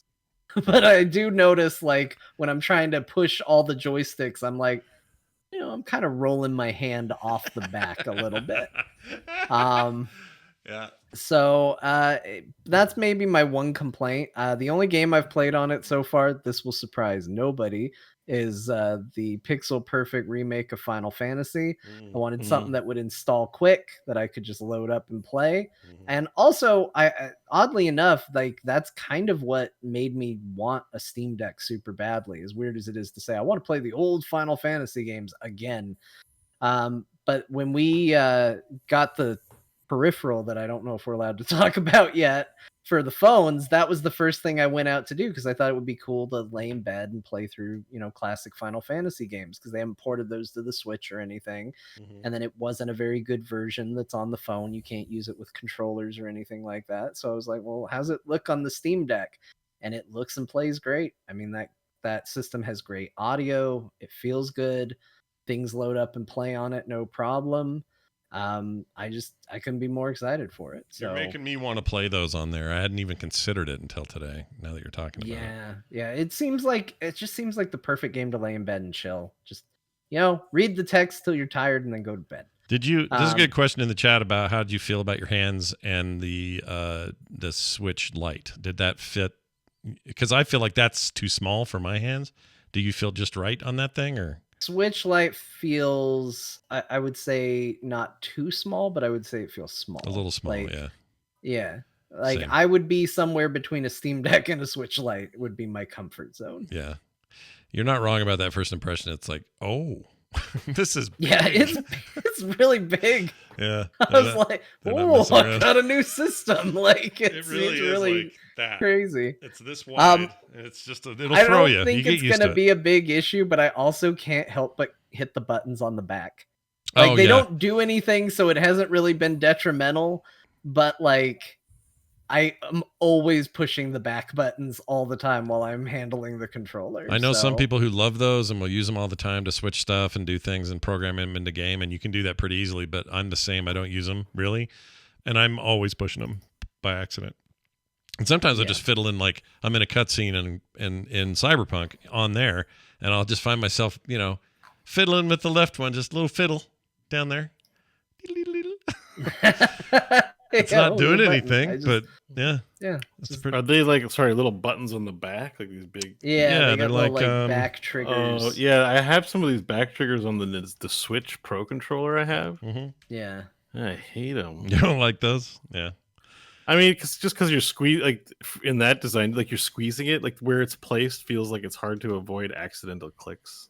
Is that true in the Steam Deck? This is a little easier to avoid, but when you're picking it up and getting your hands in position to play, you're definitely going to be bumping them. Oh, okay. So you become very aware of them when you're picking the controller up or setting it down. You're like, oh, there's buttons back here. I'm pressing them all the time. But I haven't had an issue so much when playing it. Doesn't your Elite Xbox controller also have some triggers on the bottom? Well, you can pull the paddles off, but yeah, there are paddles that you can put on the back. That's and right. I had the same reaction that Beau does. And I was like, I do not like this. And I took them off immediately. I don't even know who those are for. I assume it's for driving maybe, or for good gamers. For gamers that are really good. For people that got good. Yeah. I get it. My problem is the two thumb pads, which I actually really appreciate for those moments where you're, I need a mouse for something. I think they do a pretty good job of what they're supposed to do on the Steam Deck, but I will sometimes with my right hand, if it's a game where it's recognizing both mouse and controller inputs, not every game, but some of them, it's going to jump between the two. And in those cases, if I rest my palm, my thumb palm, whatever this is called, the meat on the front of your thumb, if I rest it there and try to use the controller, I feel like sometimes like the camera will go, and I'm like, oh, it's because I'm mouse looking while I'm controlling it, and I have to remember to not rest that there. But you can turn that off too, so it's not, it's all very controllable and very customizable, and I still need to, I think tonight I'm playing my first actual 3D game on it. I'm installing Dragon Quest 11, whichever one it is. I don't remember the newest one. 11. Yeah, that's a great game on there. Plays great. I'm installing that on there because I figured, once again, good like lay in bed play game. It never seems to be a game I want to play when I'm just sitting down at the PC. So seemed like a good choice. So that'll be my first like actually kind of powerful game to try and play on there. That's 3D and actually using the graphics. I'll bet you like that. So. I'll bet that game's great. Perfect place to play it. I think you'll like it. Awesome. Steam Deck, everybody. Two down. We'll be hearing about it more, I'm sure. Yep. As well. 2 down, 1 to go. We gotta get him. We gotta get him. Dunaway got his today as well. Same day. You guys were twinners. So congratulations. Oh, damn. Well, also gives you a bit of an idea on how long it takes to reserve and get, because I did tell everybody when I had to cancel my pre-order and then I renewed it. Mm-hmm. I don't remember when that was, but if you followed the narrative better than I did, there you go. Nice. Beau, you played Blade and Sorcery. Tell me more. Yeah. So got a little video clip there if you want to show it off on the stream. Yep. The Blade and Sorcery. It is a VR game. An overwhelmingly positive one. Sorry, I don't mean to freak out, but I've seen memes on TikTok about this, and I could never figure out what the game is. I'm so excited. Okay, sorry. Continue. So this is Blade and Sorcery. So it's an early access game. In many ways, it's a step back from Skyrim in terms of like visual fidelity. I find like just world, but it's a sandbox game. So it's basically Game of Thrones, the sandbox game. And what it does really well, I think that no other game does, is martial medieval combat. So you can just spawn a bunch of different weapons, and then you press a button, and then waves of enemies come at you, and you fight them. And it's kind of gruesome. Like so it's not just swing your sword, hit, do a little damage. You can impale people, you can behead them. It has ragdoll physics on the enemies. You can use magic, lift them up off the side and throw them over. I'm kind of bad at the game though. There's a little bit of weirdness to it. Like sometimes you have these weird kills where you stick the sword in their armpit and you're like, oh, that wasn't very cool. I don't know. That seems like a rough place to stab somebody. But yeah. But like, I threw you threw a lady off the thing. That's cool. Threw the wizard off the side of the castle. Yeah. So it's just like at least there's other zones, so there might be other activities. But like I've got here, Beau. I'm having a hard time holding them. You got to get used to how the controls work, and I find it a little fiddly. But you can get a great sword. So I got like an Eddard Stark giant great sword, and you can decapitate people. Apparently, you can. I haven't done this yet, but the fireballs they throw, you can deflect them with the sword, the Jedi style. All right, maybe picked a bad spot to show this. I'm doing definitely very uncool things here. Hard time picking up the weapons. Yeah. This is definitely you have to stand and play a game. Sitting is not really a big option, at least right now in this game. So yeah, doing telekinesis. I'm just learning the rules of it. But you can slow down time. You can punch. So if you don't have weapons, you can punch. You can bash. Basically, everything you can pick up in this game is usable as a weapon or something. And it's about as simple as that, but it's just really well done. But sometimes it feels a bit too much like a murder simulator. Like at one point there was a woman. Like this? Mm-hmm. Yeah, I'm trying to throw her off the side. She's resisting.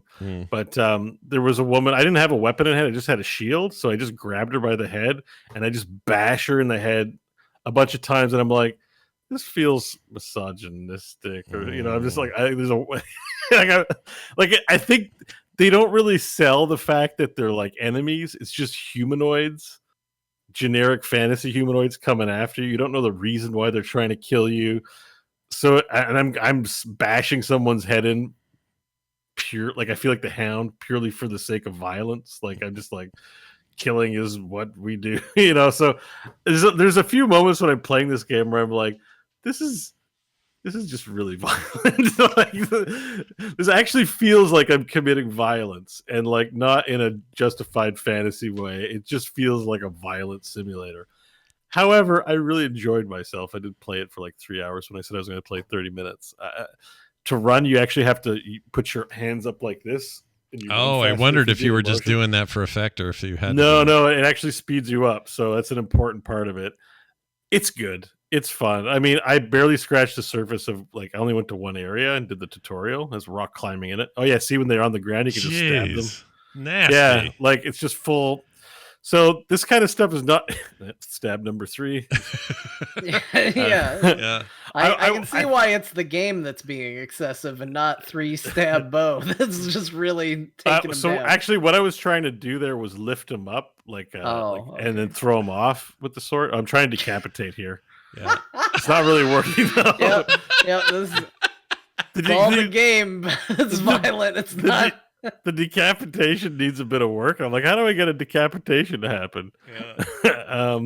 But I'm gonna get one here soon. Actually, watch this. So shoots. All right. I'm gonna miss a few times, but there's these 2 wizards. Yeah. It seems sometimes weird things like that where I'm like, I didn't score it. It just looked awkward. All right, hang on, here it comes. Guys, oh my gosh. Yeah, there goes the head. So you can score that was my first decapitation.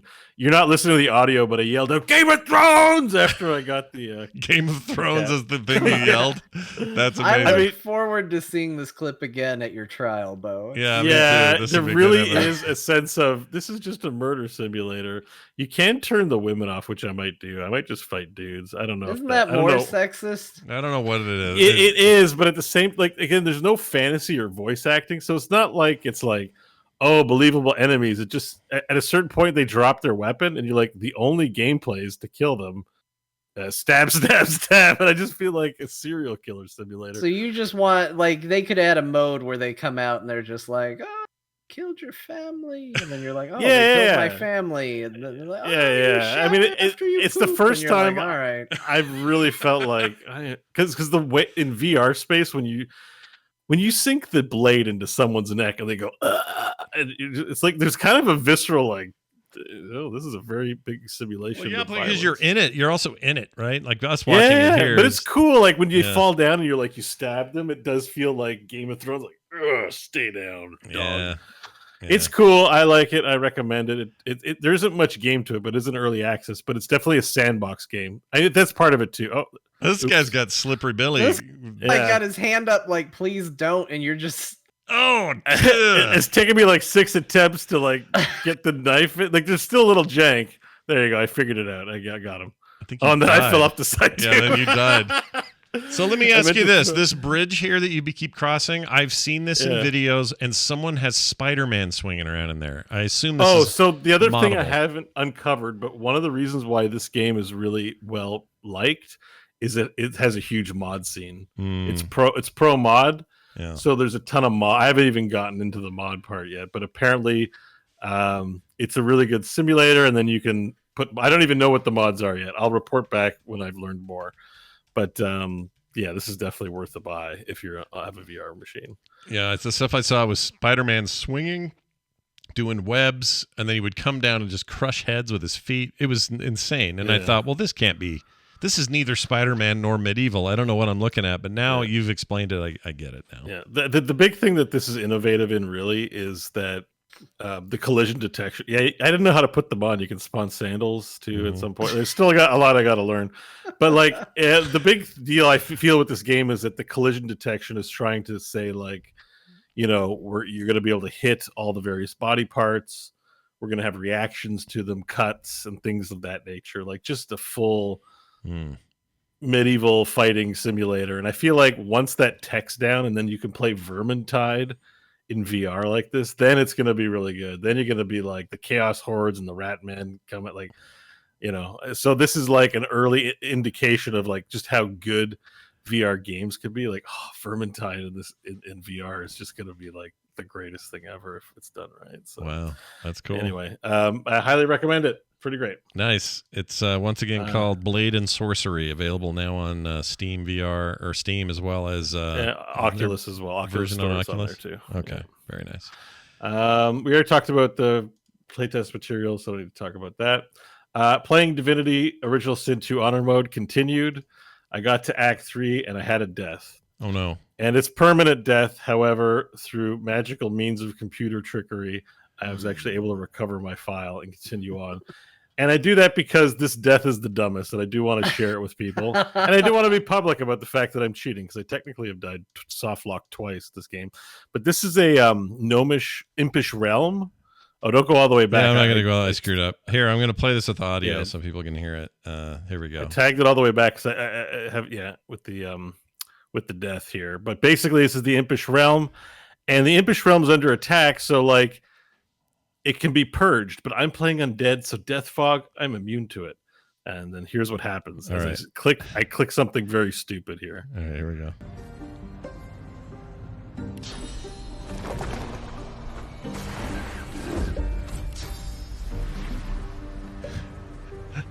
All right, so I'm jumping over. Then there's this weird little valve here. What does that valve do? Let me turn the valve and find out. Yeah, bad time for this. Should have quick saved. Well, even if, remember, it's hardcore mode, so saving. Oh, won't matter. It erases your file if you die. Flush protocol. Oh shit! It's that death fog shit. crap. Yeah, but I'm immune to death fog. I'm dead. So I'm like chilling. I'm like, whatever, death fog. I'm already undead. Like, it doesn't affect me. Okay. And then so I'm like, Oh! okay. Oh, fuck. Why did my guy die? Wait, what? Get out of there. Wait, what the fuck? Oh, man, Why did my guy die? I swear a lot in my stream, everyone. Hello. Oh, no. So wait, how did you die then? What So happened? the purge in the impish realm is not just death fog. Lava also fills in the realm. And lava is instant death in this game. And you couldn't see it because the death and like fog it's was literally there. just turn the valve. Like the whole idea is to save the area and prevent it from self-destructing. But there's a button in there that you can just self-destruct the realm. And normally, if you're playing on regular mode, you just reload, whatever. Haha, I figured it out. On permadeath mode, it's just like, and like I'm on like 50 hours of this damn like honor permadeath run, and I've beaten all the encounters, and I click a button and die, and I'm like, oh man. But well, I Alt F4'd out of Steam. So that the cloud save wouldn't update, and I went in and I just deleted the whole install. I deleted every trace of the game I could find and re-downloaded it. The ultimate save scum is what you did. Yeah. Yeah. And I said, you know what? It's fair because it was a dumb death. It's not like I earned the death in a fight. It was literally like, and I knew it. Like I'd played this game before. This is not my first rodeo. But I was really devastated. I spent a whole 30 minutes on the stream just going like, I think I got to stop streaming. My like 50 hours save is done. Damn, dude. Anyways, that happened. That's really great. So I'm almost at the end. I'm in Act 4 right now. And John, you might know this because you've played that far. But I've played more of a heal this time. I became sworn and I serve the God King. Yeah. Which when you get to the part where, you know how Arx is under attack by the Queen Justinia, you're going to flood it with the death fog. Yeah. And, you know, you save the realm. Well, the God King comes. Flooded it with death fog. Oh, you know what that? Okay, I thought you'd be interested in it. You flood. How did in the multiplayer game with Kyle and everyone? Yeah, they forced. Were they mad at you? We forced a resave and we had to replay a fight because Oh, so well, I assumed there would be like I thought it did something else. It's been a while, but it was a case of I thought it might do something else, and I thought, well, this might also like do the thing. But I thought surely they'll put like a warning before you pull it and it does the thing. No, you push the thing and it poisons the world. Yeah, I totally did that. So Scott, so you know, you're in Act 4. You're in a city. There's lots of people there. It's like the most populous act out of all the acts. Act 4, the last act. Yeah. And the plot there's a plot that develops over it where it's like they're gonna death fog the entire city, and then you can stop it. Or you can let it. Or you can do it. and I was so the God King gave me 2 free reses. So if you swear to the God King, he gives you 2 free resurrects, 2 free talents, 2 free like points in both the like ability. He gives you a ton of shit. And I'm like, oh, I'll become evil for this. This is great. Mm-hmm. But then when it comes time to do this quest, he's like, you'll do as I say, or you'll be cursed. And I looked it up, and you get a permanent curse if you don't do what he tells you, and you don't break your promise using the Sworn Breaker, which is this rare weapon, and I didn't have it. Guess I'm killing the city. So like all the quest givers die, all the stuff to do goes away, and the entire city is covered in fog. And I just wanted to like shout out Larian for putting like that option. Like it's not game over. You wipe out the city, you can still go to the end of the game. Right. It doesn't prevent the end of the game, but you can just wipe out everything in that last act. And now it's like experiencing Act 4 in a different way all over again, because like there's just corpses everywhere and death fog everywhere. Yeah, and like the music changes and it's like, oh man, it's cool. I love that. I'm enjoying that game quite a bit. I'm almost done, so nice. I'm gonna get. And this is a run that you've done pretty quickly here, I think, right? Like you just started I played up to Act 2 a few months ago. Yeah. And then I did like you know, it's like you pull up a game because I set it aside. I was like, oh, let me just play for a little bit. I just want to play a CRPG. Yeah. And then I've been hooked. I just can't stop. And now I'm so close to the end. I'm like, I got to see it through and get my achievement point for this. That's amazing. All right. Well, there you have it, everybody. Real quick here. We're doing a mashup. Yeah, that's right. Jamie sent us a mashup. Oh, yes. This is how we end the show today. It's actually kind of a long one. 3 minutes, 16 seconds. Just about matches our 3 hours and 5 minutes that we're at right here. So here it is. Doesn't feel like we've been on that long, but we have. And that's not counting the 18 minutes for pre-show. Anyway, here you go. This is the core mashup. This is called Pious Hermanos. And I don't remember who won the bet. Let's see. Did I get a message from who was Jamie? the vote? Who was the highest voted? Jamie on sent Twitter. me the note. Hold on. Let me see if I can find it. Jamie. Where are you? Here we go. No. Don't preview it. Go into the thing. Okay. I'm going in. I'm looking. I got to check the straw poll. All right. We're waiting. Results. Okay. Currently, Beau's in the lead. With 46%. Pious Hermanos. I'm behind you at 34. John's at 19%. So the voters, was me though. they think it was I you. think I picked me, but I think this is going to be another case where someone else messes up and I just got enchanted with it. Because I have a memory of laughing and like being really into this comment and idea, but I don't think I was the first person who said it. Well, I think it was more of I'm gonna go with somebody Scott. slipped up. you're and going I with me? I voted Beau. latched onto Scott. it. I voted Beau, but it was close. I kind of thought it was something I would say, but there's something about the pious part. Just feels like a word Beau would say. Yeah. And I don't mean you're pious. I mean, it just seems like a word you No, would pull. I know. I don't. It's funny. Like I disagree. I'm like I wouldn't say pious, but I'm probably going to be wrong. So I don't want to go too hard on saying I wouldn't say that. But I might be thinking of detritus because you like saying that word sometimes. It's a great word, and I always think detritus, but pious rhymes with it. So I don't know. Pious detritus. Yeah. Pious detritus is the worst kind of detritus. Anyway, Pious Hermanos is the name. Let's see who says it. Enjoy. Yeah. So I got to go visit the Smurf village. Oh, you got a Smurf village visit, do you? All right, Take a shit in their town square. we're gonna She's just like bam, bam, bam in VR, just getting my ass pounded. It was hilarious.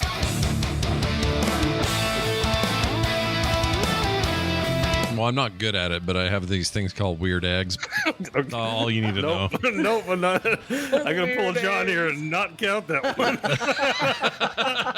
There's an alien who spawns grenades, but he doesn't want to give it to you. So in order to give it to you, he has a little sort of testicle-looking base. Yeah. You got to rub the testicle, and then he'll be distracted and let go of the grenades. You see, with one hand, I'm patting his belly, but it looks like a dirty old alien testicle. Maybe you'll just live vicariously through some chatterbaiter guy who's got one and it's doing something. Ew, Chatterbaiter.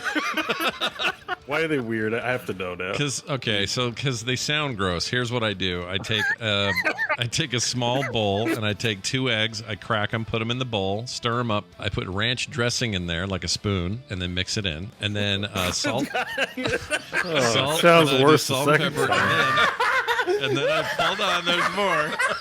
I take it, I put it in the microwave. It comes out, and you scoop it out, and it's in a perfect like hockey puck freaking shape. Oh my God. Here was like the advantage, because there's a pro to this. It's like having a really big bidet, right? Because like you shit, maybe you like rub your hand in, grab the bar of soap, and you're done. Like it's so quick. It's like swimming in a large bidet. Uh-huh. You know, just, Yeah, even though You don't bidets, the swim whole in the bidet. You don't swim in the bidet. the bidet.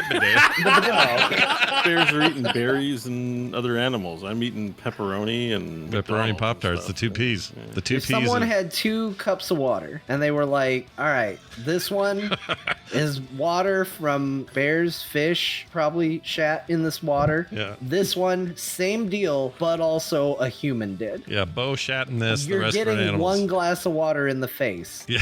You're going to pick the one that the human didn't shit in. If there's an equal amount of poo, but the sources are different, so you're like, the one without Beau shit has bear shit of an equal mass, then I'm like, what's the difference, right? I'd almost rather have my own shit on me.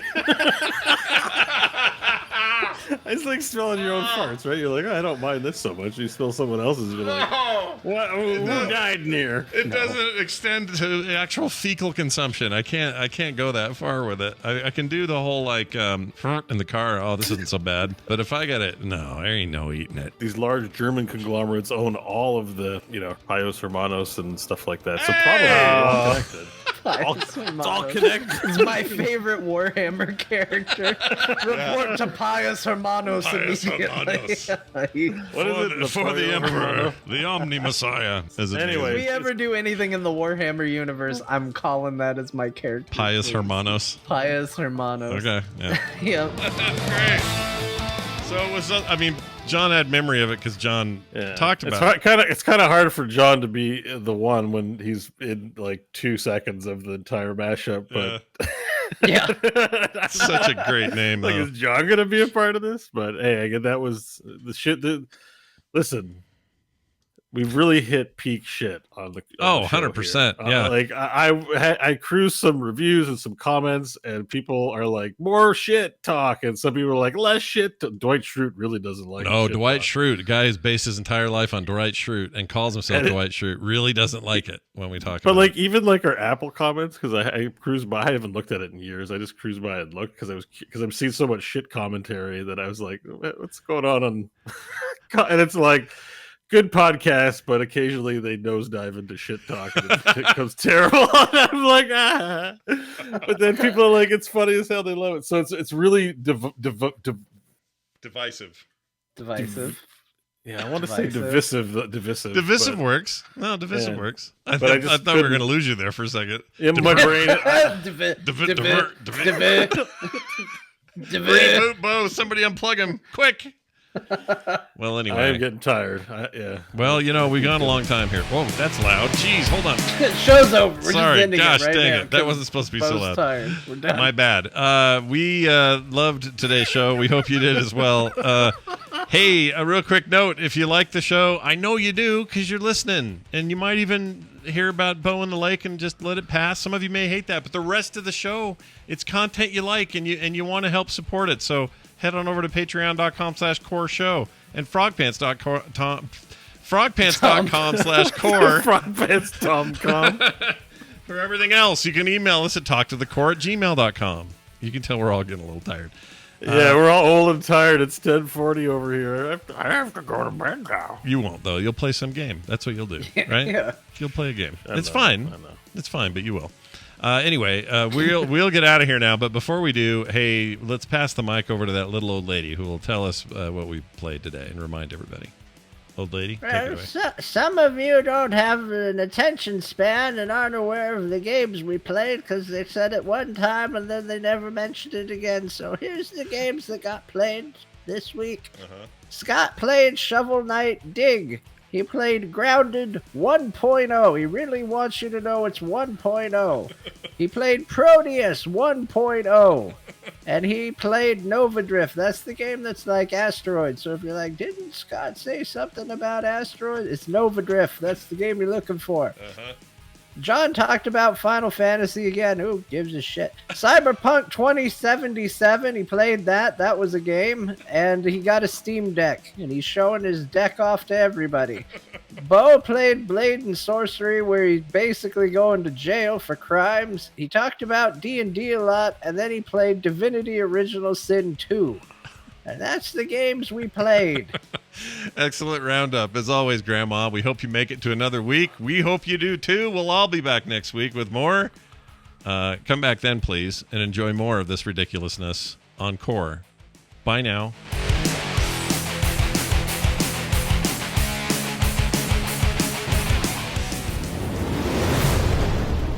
This show is part of the Frog Pants Network. Yes. Get more at frogpants.com.